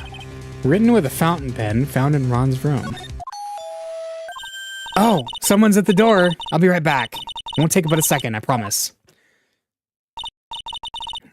Oh, thank you for coming. That's so nice of you. When I see a damsel in distress, I just can't help myself. Please, come on in. I'll make some coffee. Really? Okay. I guess I'll make myself at home, pretty lady. Wait a minute. I know that voice. Oh, Nicky boy. I'm so sorry. I've got another guest. Ah! You're... Nick! It's you! And Maya, too! What a fluke! Larry? Long time no see. What? You know each other? Nicky boy? Nick, do you and this girl have, something going on? Something? If you mean what I think. I underestimated you, Nick. A gorgeous lady like this? And married too? Oh, wow, dude. I knew it. Just when things can't get any worse, it's time to cue the Butts. Larry Butts. Ever since grade school, he's been... not exactly a close friend, but yeah, we know each other. Hey man, that wasn't nice. That was your very first client. We've got quite the storied history, he and I. And what we used to say still rings true. When something smells, it's usually the Butts. Hey, come on now. You're embarrassing me. And in front of this pretty little thing here. So you two were childhood friends, I see. That's so sweet. You two go ahead and catch up on old times. I'm gonna go check on my bike. Nice girl, that Desi. So how have you been, Nick? Too busy, if you really want to know. Let's see. Let's talk, Larry Butts. So what have you been up to this whole time? It's been 2 years since I heard from you. And what's with those clothes? You look, well, weird. Hey man, that's uncalled for. This is my uniform for my part-time job. But I can't believe it's been 2 years. They say time flies when you're having fun. Huh?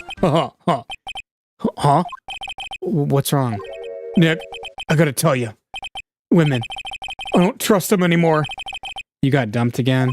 Well, you know Benifer? I followed her all the way to Japan 2 years ago. Oh yeah, that was... Yeah, I do remember that. That's where I met the famous Caddy Tom, and my whole life changed. Benifer? Caddy Tom? I have never heard of either of them. Anyway, dude! Caddy Tom chose Hollywood over me. Can you believe it? Well, actually... Anyway, sounds like you had quite the adventure. Women! They're so... Oh, but you're different, Maya. You're not like the rest. Looks like he's still the same old Larry. Why are you here? So, what are you doing here anyway? Huh? What do you mean by that? I'm just a natural-born nice guy, that's all. Actually, I picked this up last night while I was working. A wallet? You say you found this last night? Yeah, it had a driver's license in it, so I figured I'd just return it myself. Ron's wallet. Found by Larry at his part-time security job's company building the night of the crime. Wait a minute. Where does Larry work? Hang on. Let me see that for a minute. I knew it. Desi's picture is in here. Yeah, I guess he really digs his wife, huh? Hey, Nick. It's not what you're thinking at all. No, I'm pretty sure it is. You haven't changed a bit. Oh, no way, man. I mean, she's a married woman. That's bad news. He really is here just to check out Miss Delight. So you said you found him at your job, right? Yeah! I'm working for a private security company as a guard. Chicks love a guy in uniform, you know. A security guard, huh? So that's what that uniform is all about. Wallet. So what time was it when you found this last night? Huh? Why are you asking that? I'm trying to see if I've got an alibi. You're not the one on the hook for a crime this time, buddy. I guess it was around 1 in the morning on the first floor of our company building. What was Mr. Delight's wallet doing there? Well, anyway, there's nothing weird about that. After all, he works there. He works there? You mean Mr. Delight? Sure. Here, take a look at this. It's right there in his wallet. What's this card? It's a key card for the security company. See? It's got a serial number on it right there. There's no mistake about it. You said you're working part-time at a security company, right? That's right. Why are you making that scary face? Security company, huh? Something's not quite secure about Larry working there. I need to find out as much as I can about this keycard. Alright. I wonder if I could go show it to Ron? Is there anything else to talk about with Larry?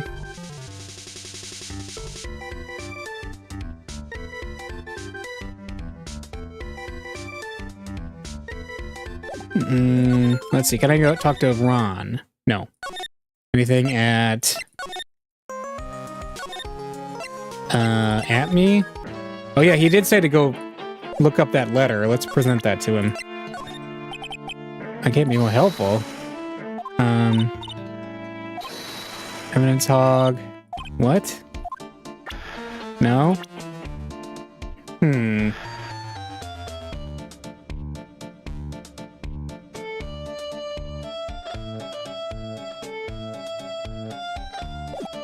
Let's see. No, nothing here. Let's go back to the Damask hideout. Can Larry tell us about the card? So you're sure about this key card? Yup, that's the key card we use at the building I work in. According to the serial number, this one is for the CEO's office. You needed to get into that room. Every time you use that card, it leaves a record. It leaves a record? Yeah, it tells you exactly who entered the room and when. Larry, I need that data. Whoa, slow down, man. Sorry, but that data is off limits to outsiders. If I lost this job, I'd never have a chance with Desi. It's times like these when I wish lawyers weren't so powerless. Larry. Larry. Alright. You gotta tone it down, buddy. You didn't touch anything in the wallet, did you? Hey, man, be serious. You know what I was interested in? If Mask to Mask doesn't look out, he's gonna be the victim of a robbery himself. I'd say that Larry's better than this, but, well, yeah. Yeah, that's true.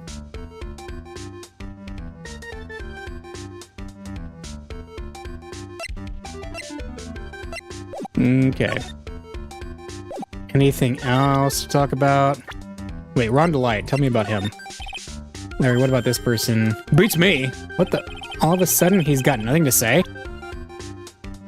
Yeah, come on, Larry.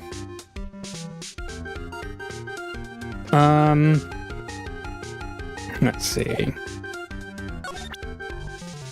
Blackmail letter. Let's see. Wait. Blackmail letter. If you don't want your true identity revealed to the world, come to KB Security at 1 a.m. on October 12th and bring $50,000. If you don't, I'll take that red diamond you received the other day instead. Red diamond? Weird. Alright, let's present this to him. Hey Larry, what about this? What? If you've got something to say, then say it already. Huh? Blackmail letter! Do you know anything about this? What? I don't know anything about Alexis, and that's the truth. Huh? What? I can't believe you'd do this to me. I thought you were my friend. $50,000? I don't have that kind of money. No, you don't understand. This blackmail letter was sent to Rhonda Light. Larry, why do you automatically assume I'm trying to blackmail you for something? Do you have something to hide? What have you been up to, Larry, these last 2 years? Whew. Man, you scared me.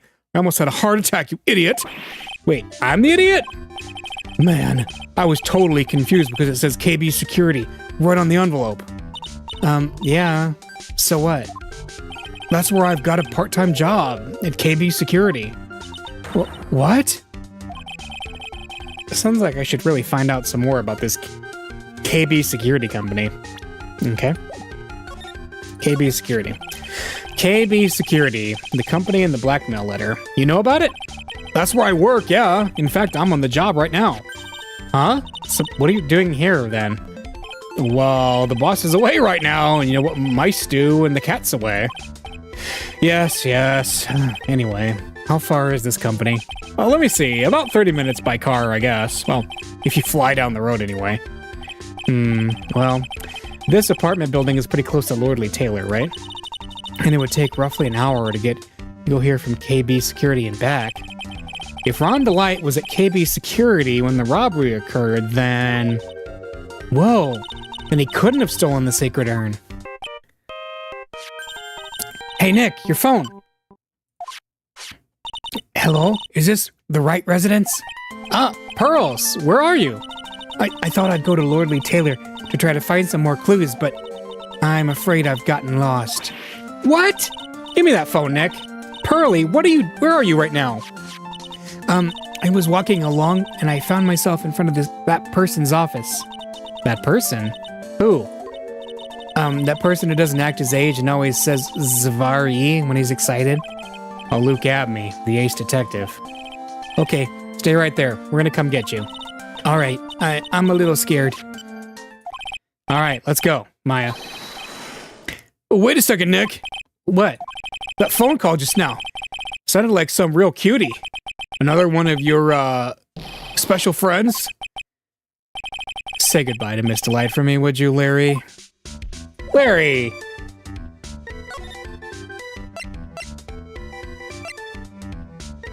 Larry, she's a kid. She's 9 years old, Larry.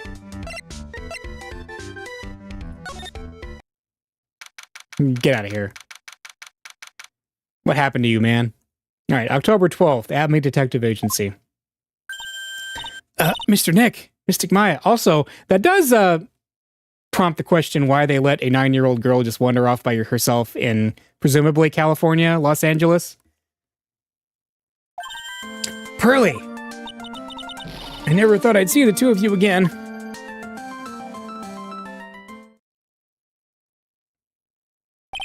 So is Mr. Ace Detective out of the office? Yes, when I arrived here, there wasn't a single soul in sight. Say, Nick, doesn't it look like something's changed since we were here last? Yeah, there's a giant bag there. Now that you mention it. Yeah, that bag wasn't there before. This bag. I'm sure it wasn't here before. It looks quite full. I wonder what could be in here. Hey, Nick. Come on, open it up. Hey, wait a minute. You can't just open his private property. Don't be such a fuddy-duddy. This is an important investigation. That's true. Truth be told, I have to admit I am kind of curious. Well, what's in there? Hang on a sec. I'm taking it out now. Whatever it is, it feels kind of hard and smooth. Well, hello there. Ah, he's here. What are you doing, Sir Lawyer?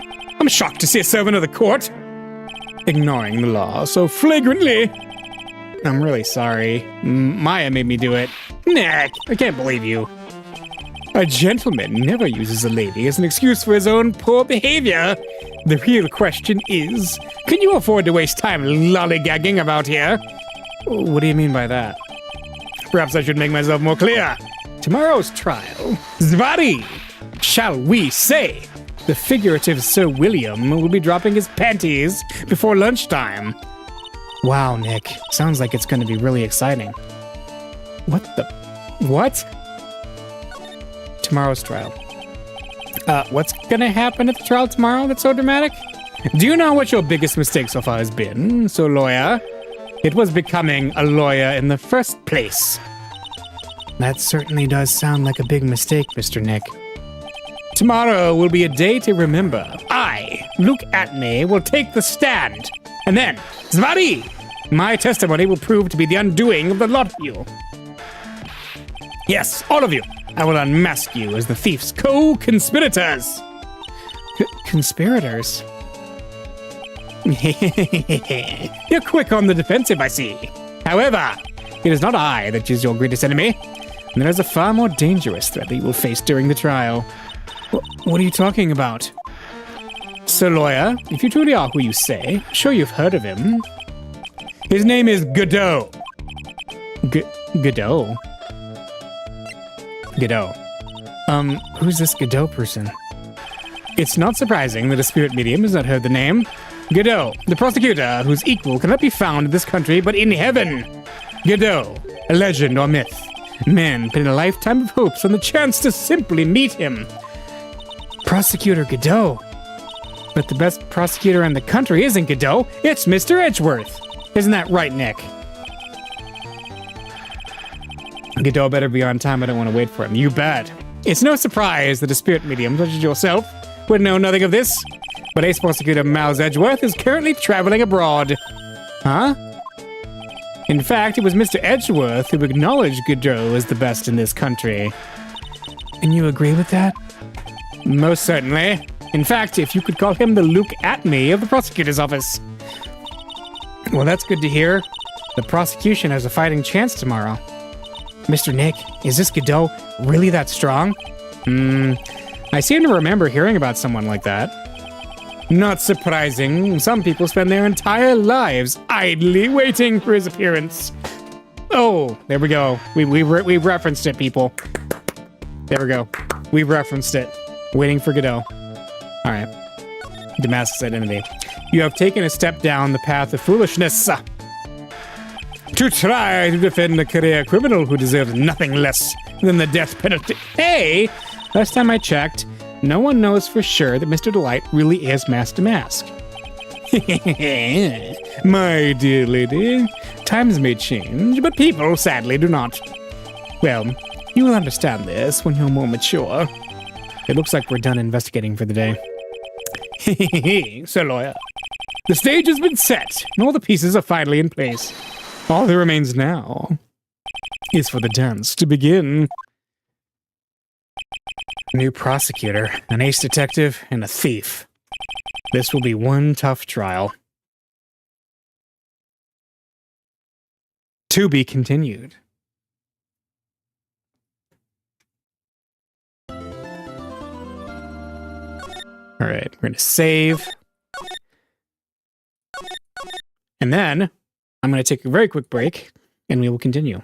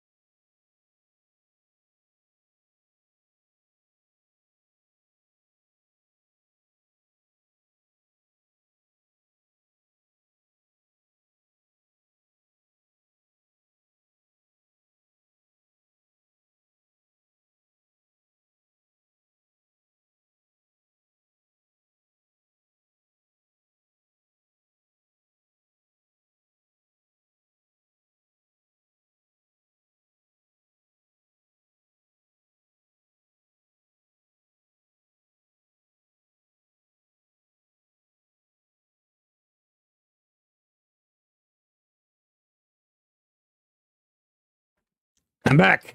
Let's go.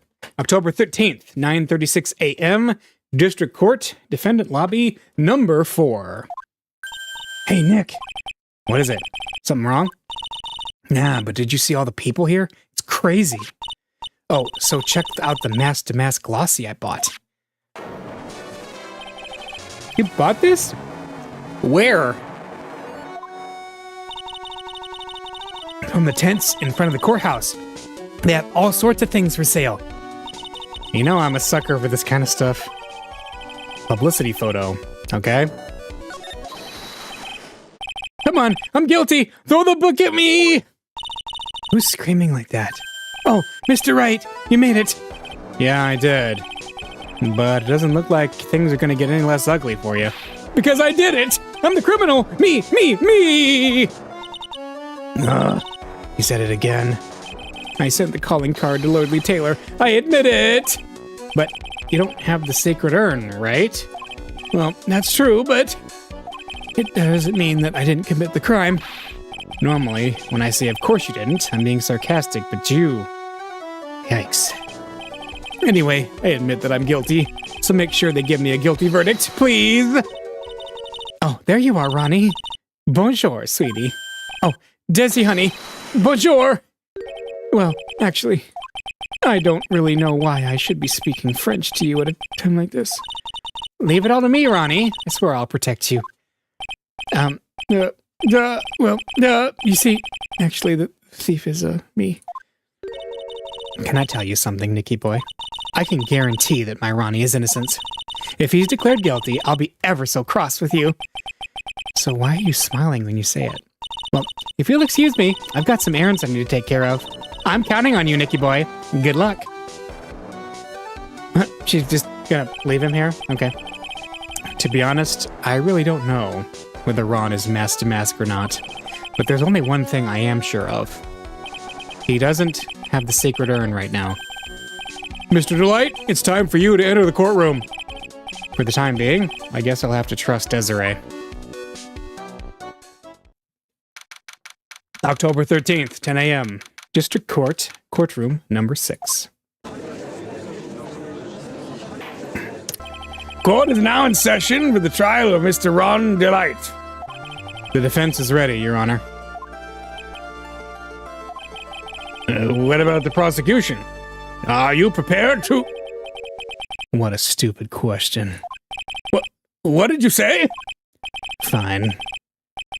Let me ask you then, Your Honor. Are you ready? Are you ready to pass judgment? What? No, I'm not. I will pass judgment after I hear arguments from both sides.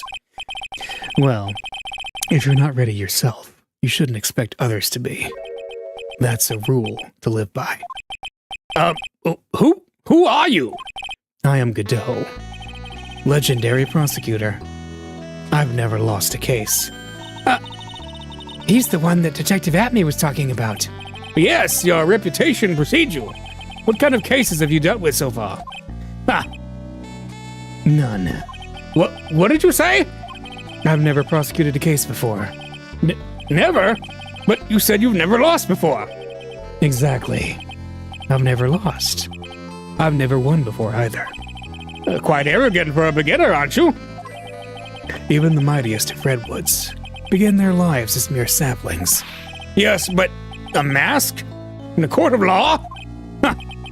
Don't you know anything? No matter the man, we all wear masks. Either on our faces or over our hearts. This guy is the real deal, all right, Nick. Why does it seem like all prosecutors are the real deal? So we finally meet Mr. Phoenix Trite. Huh? Nick, is he a friend of yours?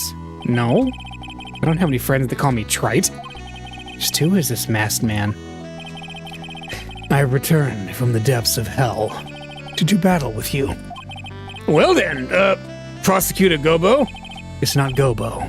It's Godot, Your Honor. In any case, please give your opening statement. Opening statement? Those things are not fit for even dogs to consume. I have only one thing to say before we start. To you, Mr. Trite. What is it? Are you familiar with the saying, a chain is only as strong as its weakest link? I wonder how much you can withstand before you and your case break in two. Well then, let's hear from the first witness. My name is, No one has asked for your name, witness. The important thing is what you know. That's all. Start talking. We're listening. Yes, all right, witness. First, let's hear about what you know about the thief that stole the urn. Yes, sir.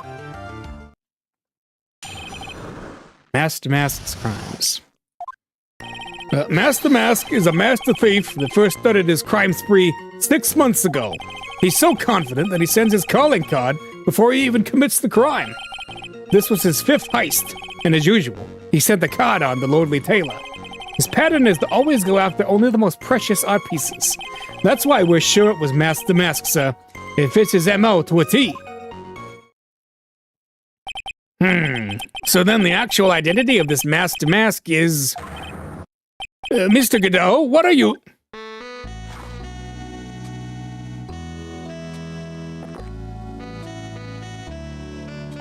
We're in the middle of a trial here, Mr. Godot. Blacker than a moonless night. Hotter and more bitter than hell itself. That is coffee. I'm sure you can grant me at least this much, Your Honor. Oh, please, proceed. Very well. It's only coffee after all. What? Can't be letting him slide this early in the trial. Proceed with your cross-examination, Mr. Wright. Well, Nick, what are you gonna do? As long as they haven't brought up Mr. Delight's identity, all we can do is show that it wasn't Master Mask who stole the urn.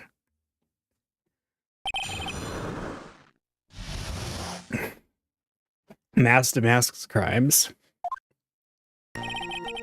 Alright, Master Thief. Have you been involved in the investigation from the beginning? Yup. Nobody knows more about the thief than me, pal. It's true. I'm a Zivari author on thieves. An author? He's written books about thieves? I think he probably meant to say authority. The fact that this guy can slip through even my fingers shows how good he is, pal. It's easy when those fingers happen to be butterfingers. Press harder, yeah. So nobody knows more about the thief than you, huh? You got it, pal, except maybe for the thief's mom, that is. But isn't there someone who knows even more about him than the police? You don't mean Detective Zivari, do you? Who is this person? Zivari? He sounds German. His name is Luke Abney, sir. I guess I shouldn't have made up such a silly name for him. What the heck? I guess he's not all that famous after all. Anyway, it's true that he did manage to retrieve the last item the thief stole. Oh, I see. It seems you're not the expert you claim to be. It looks like the thief is toying with me, even now. He's so confident, he sends his calling cards, right? Have you seen all of these so-called calling cards?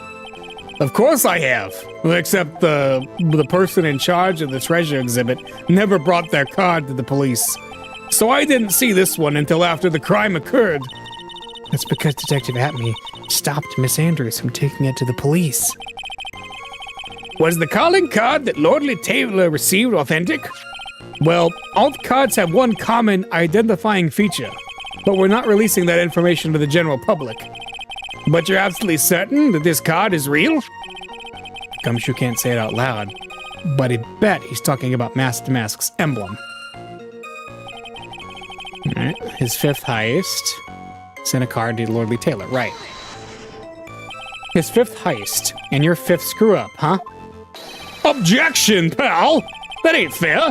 Maybe you could say I screwed up 4 times, but this last time wasn't my fault. I didn't know about the calling card this time. You of all people shouldn't be chuckling about this, Detective Gumshoe. I just want everyone here in the courtroom to know something. If you ever get a calling card from this guy, don't call some stupid private eye. Call your local police right away. You got me? Wow, looks like he's really got it in for Detective Atme. Pattern is to always go after only the most precious art pieces. Art pieces? Like what, for example? Well, his first target was the famous Tear of Emanon. What's that? Some kind of especially salty teardrop? No, sir. It's a blue diamond, a single rare diamond. Next was the Crown of Bongora. You know, the thing you put on your head. After that was the left hand of Hades, and then the portrait of Magina, sir. Detective Atney retrieved the portrait of Magina and returned it to the museum. And the target of his last robbery was the sacred urn, right? But isn't it difficult for him to dispose of such famous art pieces? Well, we assume he must have some underworld connections. Somehow, Mr. Delight doesn't look like the type. Yeah, he's a little too sunny to be hanging out in the underworld. And that's why we're sure it was Mask to Mask, sir. It fits his MO to a T. What do you mean when you say it fits his MO to a T? I was thinking of asking the same thing myself. I wish you would listen a little more closely, pal. First of all, there's the calling card. We're 100% certain it's authentic. Then there's the fact that he seemed to know all about the security system. And finally, his target was an art piece. These are all part of the thief's modus operandi. And so, since his robbery seems to fit all those conditions, that's right! It means that Mask to Mask is behind it! Nick, it definitely looks like it was Mask to Mask who stole the urn. But there's no real evidence either way as to whether Ron Delight is Mask to Mask. But... Also, the urn hasn't turned up yet, let alone in connection to Mr. Delight himself. So even though we know it was Mask to Mask that did it, maybe for the time being, I should try to show it wasn't Mask to Mask that did it. Okay. How about the blackmail letter? No?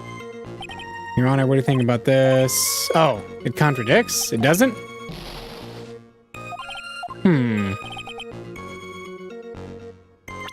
We fits his MO to a T. Let's see. Well, we have the picture of Mask to Mask leaving. So, I mean, that's kind of a big one.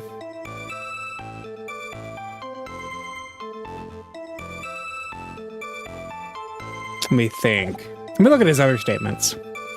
So we're saying we're sure it was Mask to Mask. Pattern is to go only after the most precious of art pieces. Wait, go back. Only precious art pieces.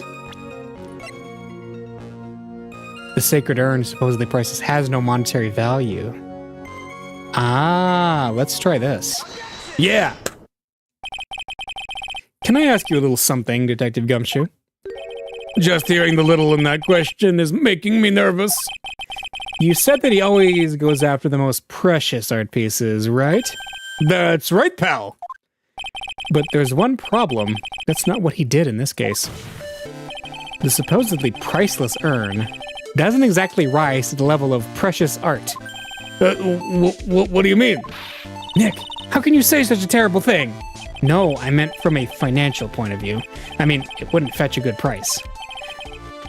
Well, Prosecutor Godot, what's the value of that urn? The appraisers I spoke to said they couldn't attach a price to it. And I mean that in the worst sense. So in other words, it was not the kind of item that Mask to Mask would normally go after. Ugh!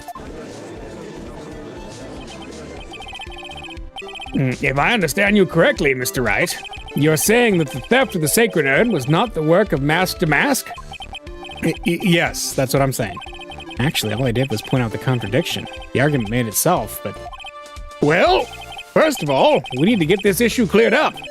Was this last robbery the work of Mask to Mask or not?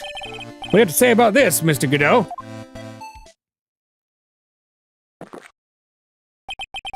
This coffee here, it's my own special blend. I call it Godot number 107. I'm trying to decide whether to cut down on the acidity or the bitterness. That's the only thing I've got on my mind right now, Mr. Trite. What? If you're really a man, you should clean up your own mess. Huh? Sorry, I don't get what you mean. If you're saying it wasn't Master Mask that stole the urn, then it must be someone imitating Master Mask's methods. A fake. A fake Master Mask? A fake Damask? That sounds so ridiculous, but I like it. Now, before I decide on my coffee, I believe some proof is in order, Mr. Wright. Proof that the person who appeared at Lordly Taylor that night was actually a fake. Though I don't approve of Mr. Godot's behavior, his point is valid. Mr. Wright, we're waiting. Looks like I'm gonna have to prove it. I need proof that the person at Lordly Taylor that night was in fact a fake Damask. Alright, we got the picture.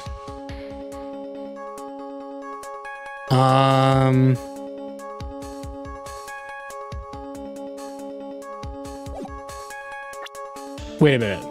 Let's compare this picture with the glossy we just got.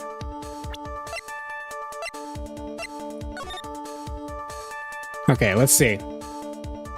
So he's got that kind of face thing, and he's got the epaulets, he's got the frills, he's got the big stereotypical Japanese thief bag, and he's got the smiley face on his hat.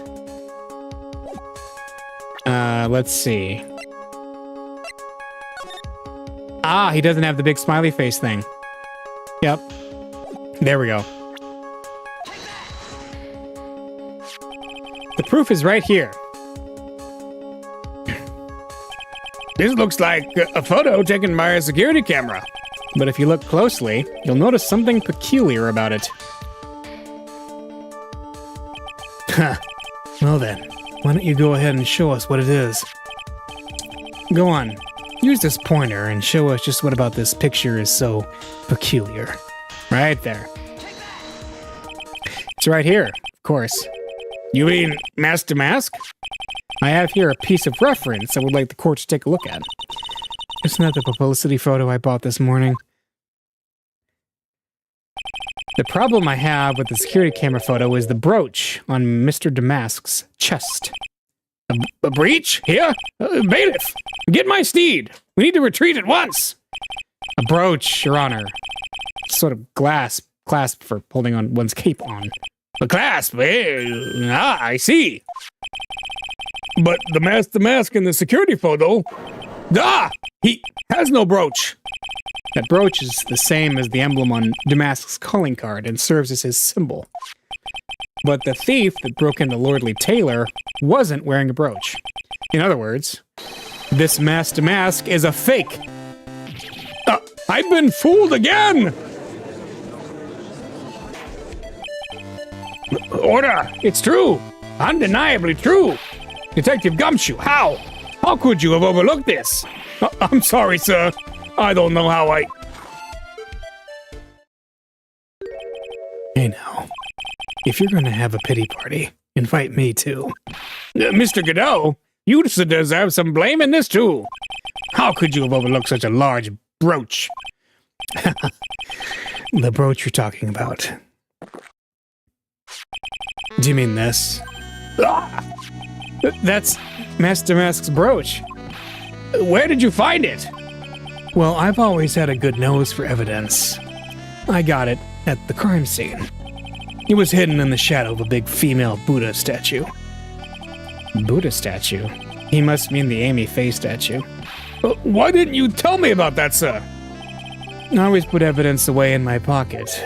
After all, it's the safest place for crucial evidence. This guy is one cool customer. It's a little early to be shaken up, isn't it, little lady?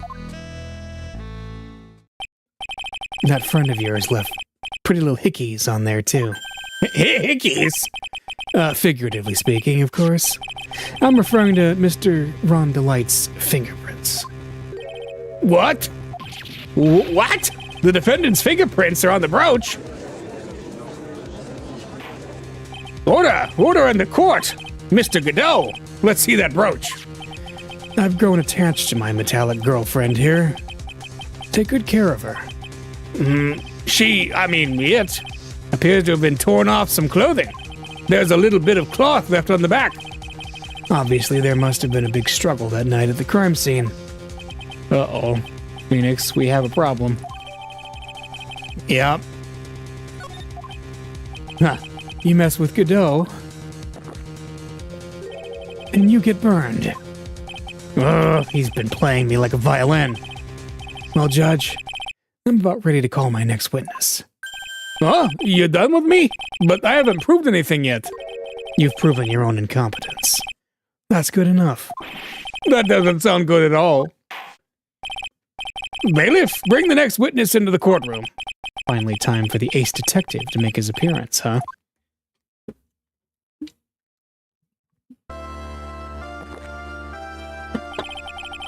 One second is one drip of the coffee pot. Let's hurry it up. Shh! Silence! Now I see. It's all becoming clear. What's clear? Zvari! The truth has once again been elegantly revealed to me. What we have here is a judge and a prosecutor. A coffee maniac at that. Am I correct? Well, yes, that's right. Huh. Not bad. Not bad at all. You're the first person that's ever been able to penetrate my secret veil. Well, Sir Prosecutor, let me introduce myself. My name is Luke Atme, ace detective and rising star illuminating the heavens. Boy, these two make a perfect pair. They'd either be best friends or they'd tear each other's heads off. I've heard that on the night of the crime, you were all alone on security detail. You have heard correctly. My specially made monocle is worth more than 100 Detective Gumshoes. If Detective Gumshoe was worth anything, that is. Why was this guy all by himself anyway? There must be some reason. I'm sure of it. Well then, tell us what this special monocle of yours witnessed. Alright, what I witnessed. Here we go. It was approximately 1 o'clock in the morning, just after the date changed. And that's when my nemesis, the infamous Mask Damask, dancingly descended upon me. Just as I began to turn, the coward struck a fierce blow upon my noble head. Darkness swallowed me before I could land a single strike. When I awoke, he was gone. 30 minutes later, I used an emergency phone to notify the police. Okay.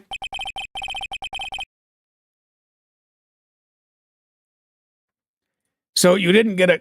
Hang on a second.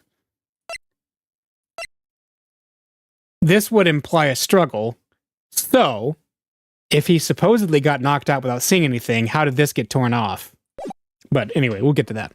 So you didn't get a clear look at the criminal. My specially made monocle never misses a thing. However, that is limited to things that fall within my own visual range. But of course, that's only natural. I fail to see why the witness seems so proud of his performance that evening. Well, sir, old-timer, let me explain. We're not speaking of any ordinary thief, but of the king of thieves, the great Mask Damask, my arch-enemy. That is what my instincts and my years of experience tell me. Very well. Proceed with the cross-examination, Mr. Wright. I think we got it in one here. Because, look, 1 o'clock, hang on, let me find it. Coward struck a fierce blow. Yes, this one. Darkness swallowed me before I could land a single strike. Yeah. Boom, easy. Mr. Atme, could you take a look at this with that special monocle of yours? Ah, this belongs to the criminal mastermind, my arch nemesis, Mask Damask. It is, in point of fact, Mask Damask's brooch. It was found on the floor of the basement warehouse. I wonder how that happened. Elementary, my dear lawyer. Obviously, it wasn't glued on well enough. Not quite. It clearly shows signs of having been ripped off a piece of clothing. Ripped off? Aha! We can only deduce that the thief struggled with someone that night. That's the only thing I can think of. And there's only one person that was in a position to have a struggle with the thief. The only person that was on security duty that night. You, Detective Atme. Detective Atme, you must have fought with the thief that night. So why did you lie in your testimony to the court? Witness, giving false testimony is a serious crime. No. Wait, just a moment, sir, old-timer. Don't talk to me like I'm living in a nursing home. I just remembered, Your Honor. I was just confused because I've been dealing with so many cases lately. The true measure of a man is the amount of work he does. That's what I always say. Nick, you can only handle one case at a time, isn't that right? You talk too much. Witness, so are you now saying that you and the thief fought? Hold on. That's quite enough, Your Honor. Excuse me? Save the big questions for the testimony. That's one of my rules. Indeed, I understand. Look at me, agree completely. Fight with the thief. Okay? Indeed, it's true that I looked away from the door for a brief moment. However, Look at me cannot be so easily discombobulated. Unfortunately, the thief grabbed a weapon from the side and rendered me senseless. A true gentleman fights only with his fists, but they were not enough. His first blow struck true. Bam! And that's all she wrote. So in the end, you did catch a glimpse of Mask to Mask? Correct. It was during his third crime that he struck me from behind. It seems that my memory has become a tad jumbled, so to speak. Well, that's certainly understandable. I myself always get confused about which testimony goes with which case. That can't be good. All right. Oh, Judge. We love you. It's true that I looked away from the door. Let's see. So why did you look away from the door anyway? In addition to the camera, it prepared a variety of other sensors as well. The alarm on one of those had gone off, so I had to check the data. That's why I went to the computer. Elegantly, of course. So you were momentarily vulnerable when you were working on the computer? What should I do? Should I ask for more questions? Yeah, let's ask about the sensor. What kind of sensors are you talking about? There are other places in the basement someone could enter and exit from. There are air conditioner, ducts, sewer pipes, and a cat door as well. I hooked up heat detection, infrared, and ultraviolet sensors to each of them.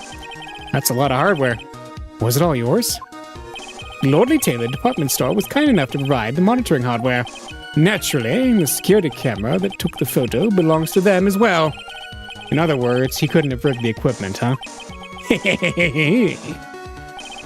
Has that cleared up any doubts you had about me, sir lawyer? However, look at me cannot be so easily discombobulated, okay? What does that mean, discombobulated? Young people these days, they really irritate me. They allow perfectly good old words to die until everyone forgets what they mean. Sorry, but what exactly does it mean anyway? Now I've forgotten. What was I saying? Jeez. It's better than old people who forget what they were saying 5 seconds ago. Well, it looks like we've cleared that up. You can go on with your testimony. The thief grabbed a weapon and rendered me senseless, okay? What do you mean by weapon from the side? Naturally, that thief had no idea that I, Luke Hatme, was hiding in the area. He grabbed the sword from the statue that was standing by the door of the warehouse. Sword? You mean the sword that was all twisted like a tree branch? Correct. Fortunately for me, the blade was not sharp. Okay, so he is talking about the Shishito. So the thief armed himself with a sword. And what about yourself, witness? A true gentleman fights only with his fists, but they were not enough. You had that much faith in your own fighting abilities? But of course, in college, I was the second in charge of the boxing club. I'm sorry if I failed to find that appropriately impressive. However, my opponent in the ring this time was my arch nemesis, Mask to Mask. This guy is a real piece of work. His first blow struck true, and that's all she wrote, okay? Can you tell us a little more about what happened? My opponent was both powerful and vicious. You might say he was Powericious. Powericious? Just like Revengeance? I assume the at-me fighting stance, but a sudden flash of light blinded me. That, of course, was checkmate. My opponent had bested me. What do I do now? Should I ask more about this? Yeah, the at-me fighting style? What is this at-me fighting style? I'm sorry, but that's a trade secret. I really can't say anymore. But I suppose I can tell you if I absolutely must. The main thing is to put your back to the wall. That way no one can get behind you. That's it? That's the at-me fighting style? Well, Mr. Wright, what about that testimony? Wait.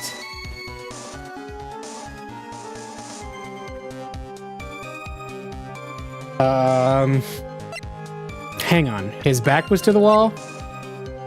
That wouldn't make any sense with how the Shito hit him then. Right? Yeah. Because the thing was knocked over his head, so if his back was to the wall, it wouldn't be able to actually hit him like that unless they hit him from the side. Which would be really awkward. So that was important. Of course it's important. We've learned a detective's secret technique after all. Oh, yes, indeed. I'll remember to use it if I ever take a walk alone late at night. Why the heck is he eyeballing me like that? It's creeping me out. Now then, witness, we'll go ahead and add that secret information to your official testimony. What does he say? I put my back to the wall to fight, but the thief's blow landed upon my third eye. What? Where is this third eye you're talking about? Oh, it's right between my right and left eyebrows. It's quite invisible to the unenlightened. You may call it the forehead if you like. Why didn't you just say that in the first place? Sir Lawyer, it looks like the creases in your own forehead are getting deeper. So Mr. Abney got hit on the forehead then? That's what he says. I've got a funny feeling about that. Actually, so do I. Well, what do you think, Nick? Well, there's one thing that I'm absolutely sure of now. Yeah? What is it? This Luke Abney guy? He's definitely hiding something. But why? I think I'm starting to figure out what really happened that night. And about the true nature of this detective. Alright, yeah. So I think that pretty much cinches it that the Shichishito is the problem. Detective at me. Your testimony is crumbling like a house of cards. What fun is this, Sir Lawyer? It truly is a pleasure to cross swords with you. And now, once again, you have thrown down the gauntlet in my armored feet. I believe this is what you said yesterday. What was it? No, the coward must have wormed his way in through somewhere beside the door. Struck me on the head from behind. Ah, yes.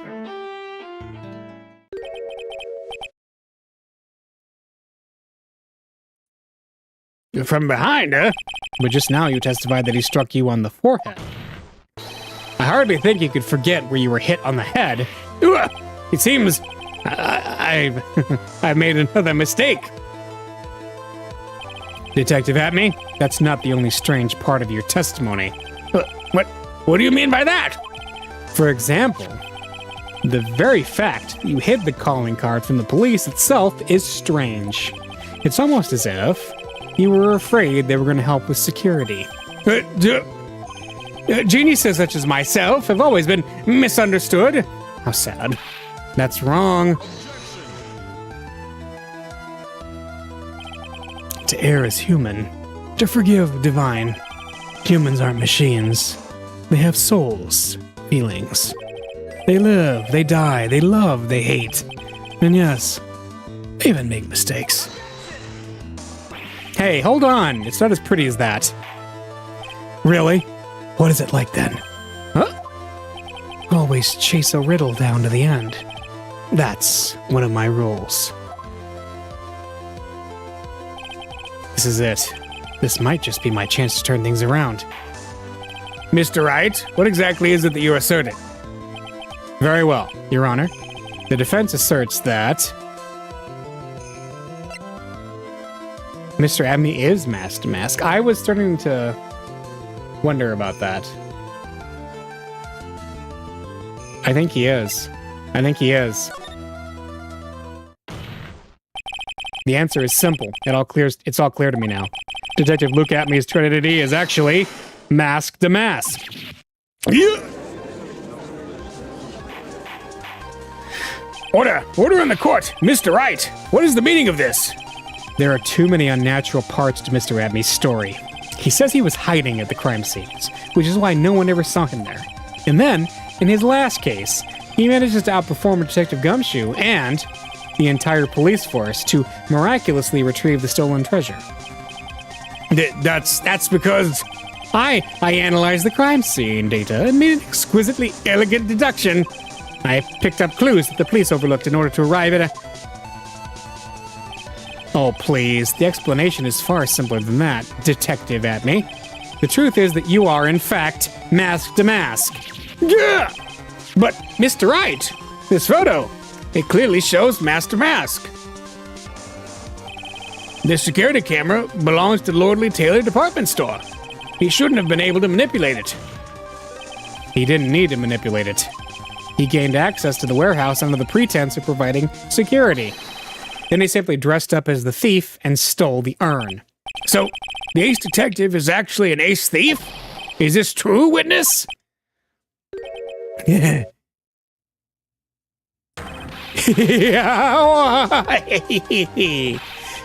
Damask's MO is pure genius. And so am I, Luke Atmey, ace detective. You're very clever to have come to such a conclusion. I'm impressed, Sir Lawyer. What? Witness, you're admitting it? Nick, now's your chance. Yes, time to put the last nail in this guy's coffin. Detective Atmey, when you assume the thief's a...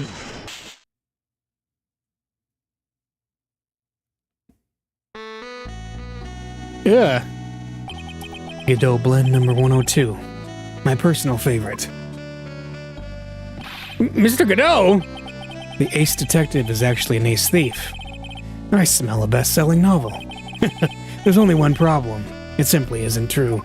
But Mr. Godot, Mr. Wright has made some strong points, and I will admit my opponent has woven a compelling narrative out of whole cloth, but it is, in fact, nothing more than a patchwork quilt.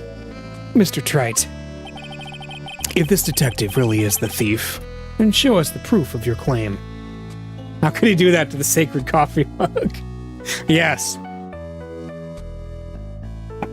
His hollowed coffee mug. But it better be as hot and as perfect as the coffee dripping down your face. Well, Mr. Wright, don't just stand there. This court would like to see this decisive proof you have, quickly. Huh? Oh, yes, of course. What's the big rush? Are you alright, Nick? Atmey looks pretty rattled right now. I'd like to finish this right now if I can. But can I really do it? The decisive evidence that proves Mr. Luke Atmey is in fact Mask to Mask.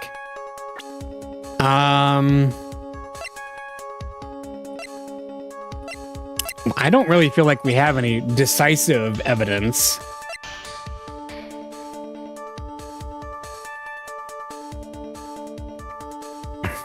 Because, I mean, the circumstantial evidence is huge, but the decisive evidence, not so much. I'm thinking has yet to be found. Proof? Of course, I've got nothing. Just what I thought. A man has to hold his head up high no matter how bad things get, after all. I see. I thought perhaps you had some evidence to back up your assertion. This is no good. I've got to stay on the attack. I'll never get another chance to prove that this guy is the thief. Don't give up, Nick. Think harder and try again. It's no good. I'm just not ready yet. But are you going to just give up and let us lose this? So, you've come to your senses, have you, Sir Lawyer? I can't think of a counterattack at all. It seems the cloud of suspicion surrounding this witness has lifted.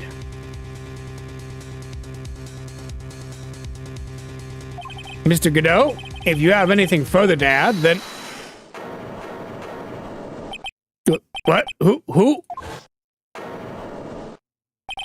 Who are you? That doesn't really matter right now, does it? Mr. Light, what are you doing here? Nicky boy, the thing you've been looking for. I think I found it. You mean that bag?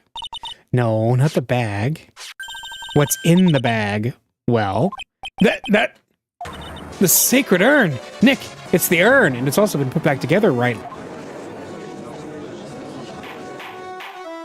Order! You, madame! That urn, where did you find it? You'll never believe it. It was in the office of Mr. Fancy Pants, Ace Detective. Luke at me. Oh, Disney, you're the best! All right, found in the office of Luke at me has pink splotches all over it. Well, how do you explain that one, Mr. Atme? Even you're gonna have a hard time weaseling out of this one. Pathetic. Mr. Godot, do you have something you wish to say? Yes, Your Honor. It simply amazes me how quickly times change. In the old days, a man was to be taken at his word. It's truly sad. You're still denying that Mr. Atme was involved? Before casting aspersions at Detective Atme, consider the young lady here. Her name is Desiree. Desiree Delight. Is that correct? Yes. What about it? How charming. The lengths that a woman is willing to go to save her husband is truly inspiring. What are you insinuating? As the wife of the criminal, you could have discovered that stolen urn anywhere, including the office of the good detective here. So you found the urn. What does that prove? It certainly doesn't prove where the urn was before you found it. What? I just brought it here from the detective's office. Please, madame. This town is already filled to the brim with lies. Any more could only compound the tragedy we've been witness to. You're wrong. I would never do such a thing. Mr. Light, please, Nicky boy, you've got to help me talk some sense into these people. There must be some way. I've got to prove that urn was actually in the Atme Detective Agency. Fingerprints, yeah, that's easy. I can't prove it, testify. Fingerprints, that seems obvious. I can prove where the urn was by the fingerprints on it. Fingerprints, eh? Oh, come now.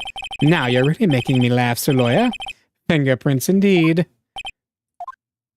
May I go on? Good. Now, it would be perfectly understandable if my fingerprints were on the urn. After all, it was I who was guarding the urn in the first place. In any case, I'm always in the habit of wearing gloves, as you can see. So unfortunately, my fingerprints wouldn't be evidence of anything. What about it, Mr. Wright? This witness's fingerprints would mean nothing anyway. Wait. Was he wearing... Are those gloves in that picture or no?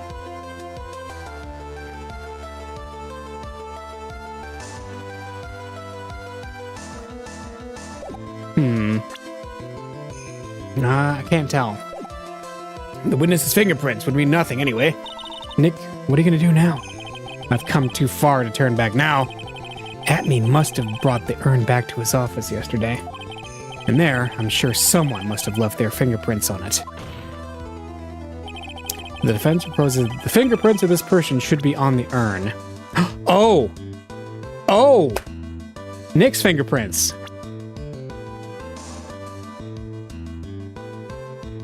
Yeah, it's gotta be his, because he's the one who grabbed it.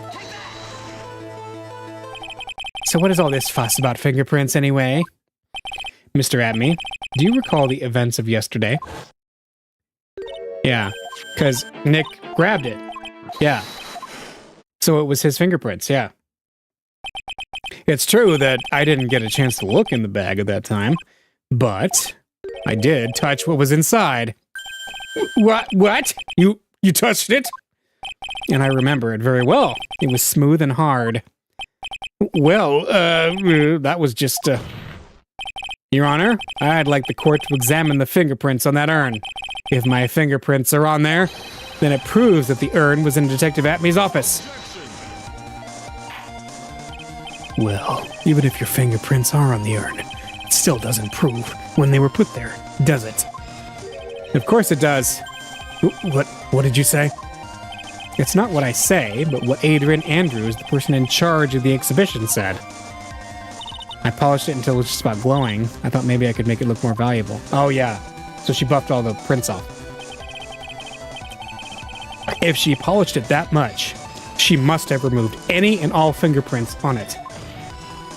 And the only chance I had to get my fingerprints on it after that was yesterday at the App Me Detective Agency. Ha! This blend. Godot blend number 107. I've decided it's a little too bitter after all. Order! Order! Order! I accept the defense's request. Bailiff, take this urn and... Wait! Wait a moment, Your Honor. There's no need for that. No need, you say? Precisely. I already know Mr. Wright's fingerprints are on the urn. What? What are you saying? Yes, I finally broken him down.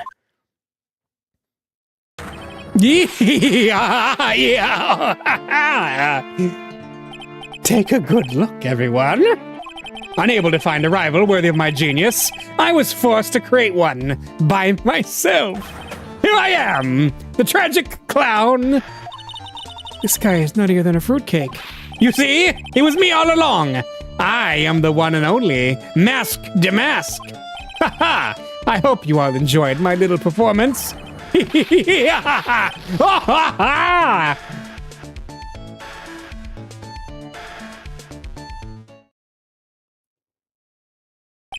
Well, Mr. Godot, what's Mr. Atmy's condition? He's still in the lobby, laughing insanely, Your Honor.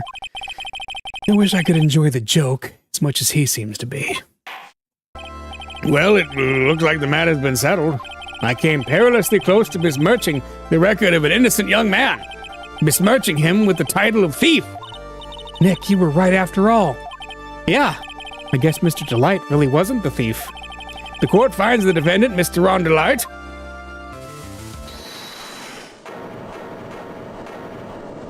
You're wrong! Wrong, I tell you! I mean, not exactly wrong so much, but actually not right is what I was really trying to say.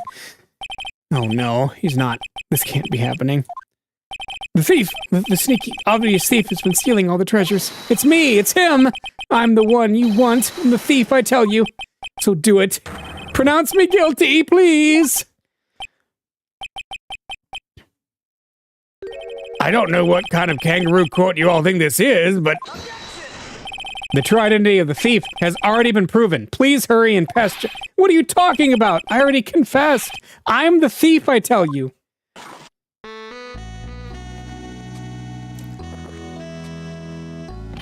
Mr. Godot, don't just stand there drinking coffee. Hey there, Mr. Thief. Yes, sir. If you're really a man, you clean up your own mess. I'm sorry. I'm afraid I just don't have any idea what you mean. If you are mask to mask, then prove it. That's what it means. Yes, sir. I'll be happy to. He says he'll be happy to, Nick. It's kind of cute. He's 100% committed to his fantasy. Good boy. Just remember one thing. A boy only gets one chance in his life to become a man. I know that. I won't fail, I swear. Okay, then. Talk. We're all listening. Oh, well, let's all have a listen to this confession. Wait, okay. Mask to mask identity. No, I'm mask to mask. No, I'm the mask to mask. The truth is, I've been mask to mask all along. I mean, you can't prove that I'm not actually mask to mask, can you? I don't have an alibi for the night the urn was stolen, after all. I donned my costume that night and dancingly descended upon the scene of the crime. Look, you can see right there in the photo, that's me. As for my brooch, I snagged it on the door handle and it got torn off, that's all. I don't like the direction this trial's taken. But this is how every trial goes. Well, at least with me, anyway. Ha! You're doing great. Stop it, Mr. Godot. You're embarrassing me. Like I said, you're only going to get one chance to testify. Alright? But if you make it through this with flying colors, I'll keep my promise too. I'll make sure you stay locked up in prison as the one and only true Mask to Mask. Thanks so much, Mr. Goodell. I'll do my best. All right, Mr. Wright, I'm afraid it's time for the cross-examination. All right. Let's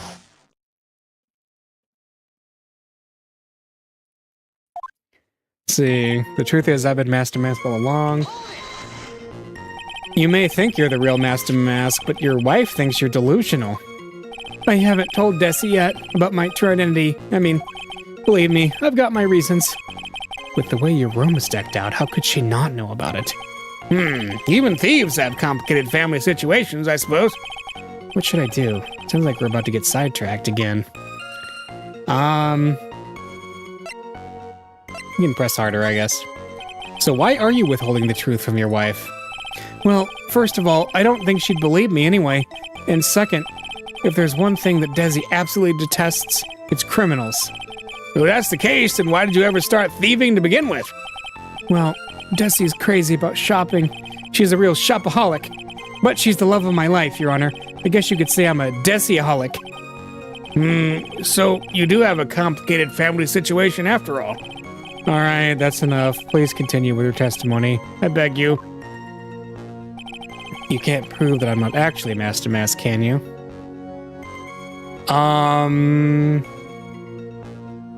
The blackmail letter. Right? Yeah, it was in his room. And it told him to come to KB Security. Well, yeah. I just want to see, though. Let's see. Let's press. I thought you were going to be the one to show us the proof. You know, that you're the real Master Mask and not just some kind of obsessed fanboy. Hey, no, that's not fair. Why do I have to do all the work anyway? Maybe because you're the one making the outrageous claim for a change? Come on, Nick. You know that Mr. Delight couldn't have committed the crime. You're the one with the fancy law degree. Time to put it to work already. I need some kind of proof that Ron couldn't possibly be Master Mask. Well, I guess if you had that kind of proof, we wouldn't still be here, would we? For the time being, maybe I need to shift strategy. I should try to show that Mr. Delight couldn't have stolen the urn. Anyway, yeah. I don't have an alibi for the night the urn was stolen, after all. I kind of feel like that was a hint. This statement is the important one. You can't prove that I'm not actually Master Mask, can you? Let's see. Yeah, let's try the blackmail letter here. Yeah! Mr. Delight, I believe you've seen this before, correct? That's... What is it? A blackmail letter. That's what it looks like from the contents. Blackmail? According to this letter, at 1 o'clock in the morning on the night of the crime, Mr. Ron Delight was ordered to go to the offices of KB Security. 1 o'clock in the morning? Correct. Which is around the time the security camera photo was taken. So if the defendant was at KB Security at 1 o'clock in the morning, then that proves that he has a watertight alibi. Furthermore, considering the distance between Lordley Taylor and KB Security, it would have taken 30 minutes to get there by car. According to Larry, anyway. Well, Mr. Godot, do you have anything to say? Stop drinking that coffee. Come on, Mr. Thief. Don't let this guy beat you. Tell him why he's wrong. You're the only one who calls me thief, Mr. Godot. All right, I'll try. I'll do it. I will. He's really got Mr. Delight all worked up. Yeah, he's like a kid at his first day of school. Mr. Wright, it's true that I received that blackmail letter, but whether or not I actually went there is a whole different story, right? Oh, sorry if I'm sounding dramatic. I guess I don't know what I'm talking about. That was brilliant. Well, Mr. Wright, it looks like you need some more evidence after all. This stupid kid. Now then, let's see your evidence. Demonstrate to this court that Mr. Delight actually went to KB Security that night. His wallet? Mr. Delight, this wallet belongs to you, correct? Yes, it does. I'd lost it somewhere. Mr. Wright, when you find a wallet, you should report it to the police right away. No, you don't understand. This is an important piece of evidence. Evidence? Mr. Delight, when did you first notice that you'd lost your wallet? Let's see. I think it was on the night of the crime, but I know I still had it when Desi and I went out for dinner. This wallet was found at approximately 1 a.m. at KB Security Headquarters. What? Surely you're not serious. And important evidence should never be handed over to the police. Yes. Yes. Yes, exactly. Not in this universe. This proves that Mr. Delight was, in fact, at KB Security that night. No! Ha! This is indeed sad. Romanticists are blind to the reality that lies before them. Huh? What does that mean? Why did Mr. Delight drop his wallet at KB Security? What purpose did it serve? Perhaps it was dropped by his wife to create a false alibi for her dear husband instead. Sorry, but Mr. Delight probably dropped it himself when he went to use this, the key card to KB Security's CEO office. CEO's office? What's wrong? No snappy comebacks? The fact is that Mr. Delight entered the CEO's office around 1 o'clock that night. No!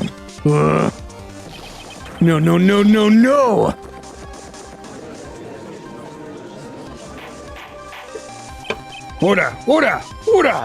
So when the theft of the yacht occurred, the defendant was at KB Security? It looks like a perfect case for the defense. You may see it as a perfect case, Judge, but to me...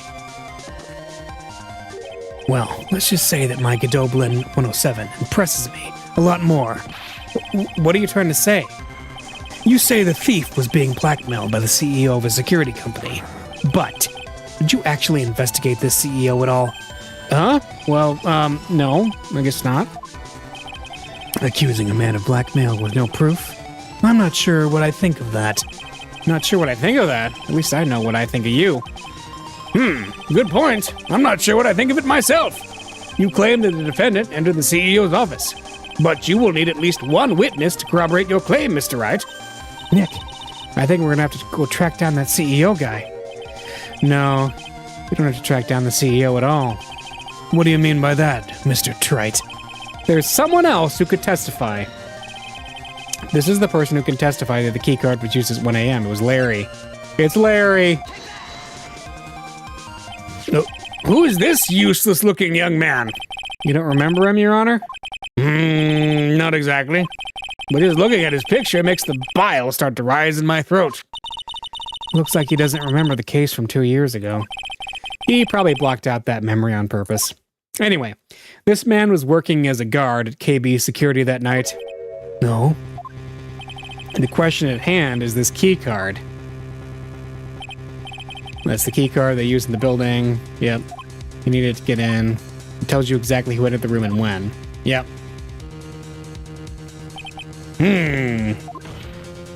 As you can see, there's no need to investigate the CEO of KB Security. We should be able to discover the truth simply by analyzing this keycard's data.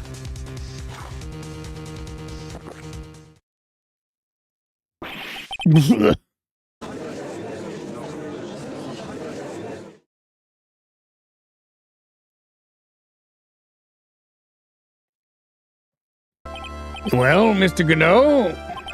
The name of the CEO of KB Security is Kane Bullard.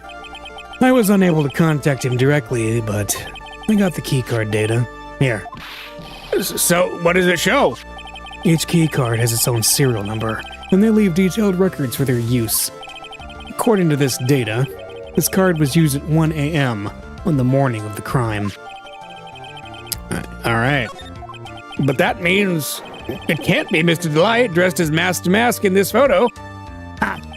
It looks like you're right. 2 minutes isn't even enough time to brew a good old cup of joe. So then... Ron Delight was clearly in the office of KB Security CEO at the time of the crime. The prosecutor's office is ready to admit that fact. Therefore, it's impossible for the defendant to be Mask to Mask. Good job, you did it, Nick. That's enough! I came perilously close to besmirching the record of an innocent young man. Besmirching him with the title of thief. What's wrong, Your Honor? I'm ready to pass judgment, but before I do that, do you have any further objections? No, Your Honor. Very well. The court finds the defendant, Mr. Rondelite, not guilty. Yay, the case is over. It was a really short one, wasn't it? Court is now adjourned. October 13th, 2:24 p.m. District Court, Defendant Lobby Number 4. Nick, you did it! You were right after all! Actually, I'm a little bit ashamed of myself. Nicky boy! Oh, Miss Delight. I knew you could do it. I believed in you all along, Nicky boy. I don't know how I can ever repay you. Shucks, thanks, Miss Delight. I just know I'm blushing. Congratulations, Mr. Nick. Oh, pearls! I've got a bad feeling about this. Who is this woman? Oh, she's nobody. She's just, You're blushing. How dare you do this in front of Mystic Maya? You should be ashamed of yourself. Ouch! She slapped me. Pearly, this woman is Miss Desiree Delight. She's our client's wife. Mr. Nick. Yes? You're even worse than I thought. Going behind the back of your own client. No. You've got it all wrong. I'll never forgive you. Ow! A double slap. Well, anyway. All's well that ends well, all right? We got the sacred urn back, and the thief has been caught. You're so right, and it's all thanks to Nicky boy here. But actually, it was you, Miss Delight, that brought us our urn back. Thank you from the bottom of my heart. Oh, please. You're embarrassing me. If we won the case, then why does this guy still look so glum? But I am the thief. Actually, what's the point now? What is it, honey? I did my best for you, Ronnie. I know that, and I appreciate it, Desi. But the thing is... Come on, give the kid some time. He's just got a little touch of the blues. You know about feeling blue, right, amigo? Mr. Godot, what are you doing here? Oh, come on. I just came by to say thanks to my newest buddy. You, Mr. Trite. Maybe you should learn my name before you call me buddy. Well, playtime is over. Huh? Early this morning, the body of Kane Bullard was discovered. Kane Bullard? Where have I heard that name before? Isn't that the name of the CEO of KB Security? Wait, body? The estimated time of death was 1 a.m. on October 12th. 1 a.m. on October 12th? You don't mean... That's right, amigo. At the same time that a cheap little urn was being stolen, the CEO of KB Security was being murdered. So then, what are you doing here? Oh, come on. You figured it out already, haven't you, amigo? Or have you already forgotten about that piece of info I helped you out with today? Help me out? What? On October 12th at 1 o'clock in the morning, Rhonda Light was in the CEO's office, the scene of the murder. After getting that blackmail letter, he must have been imbrued with utter rage. What are you saying? Imbrued with rage?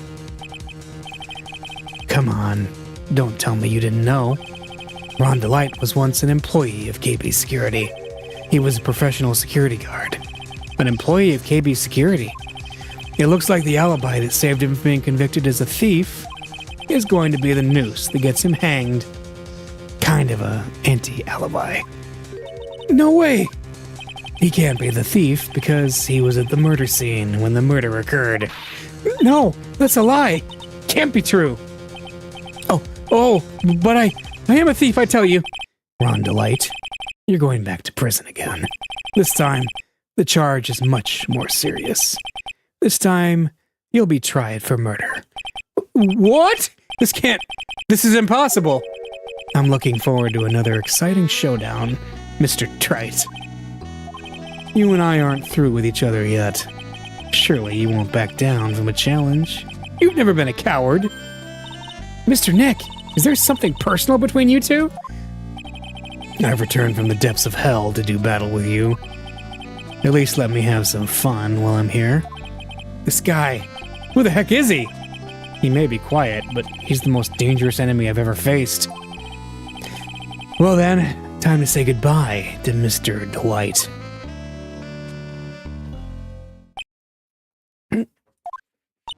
Nick, how could this be happening? Right in front of our very eyes. Our client was arrested for murder. And the one who established his presence at the scene was me. Ah, Ronnie! Arrested for murder on the very same day he's declared innocent of larceny. What the heck's gonna happen next? What is gonna happen next? I guess we'll have to find out next week.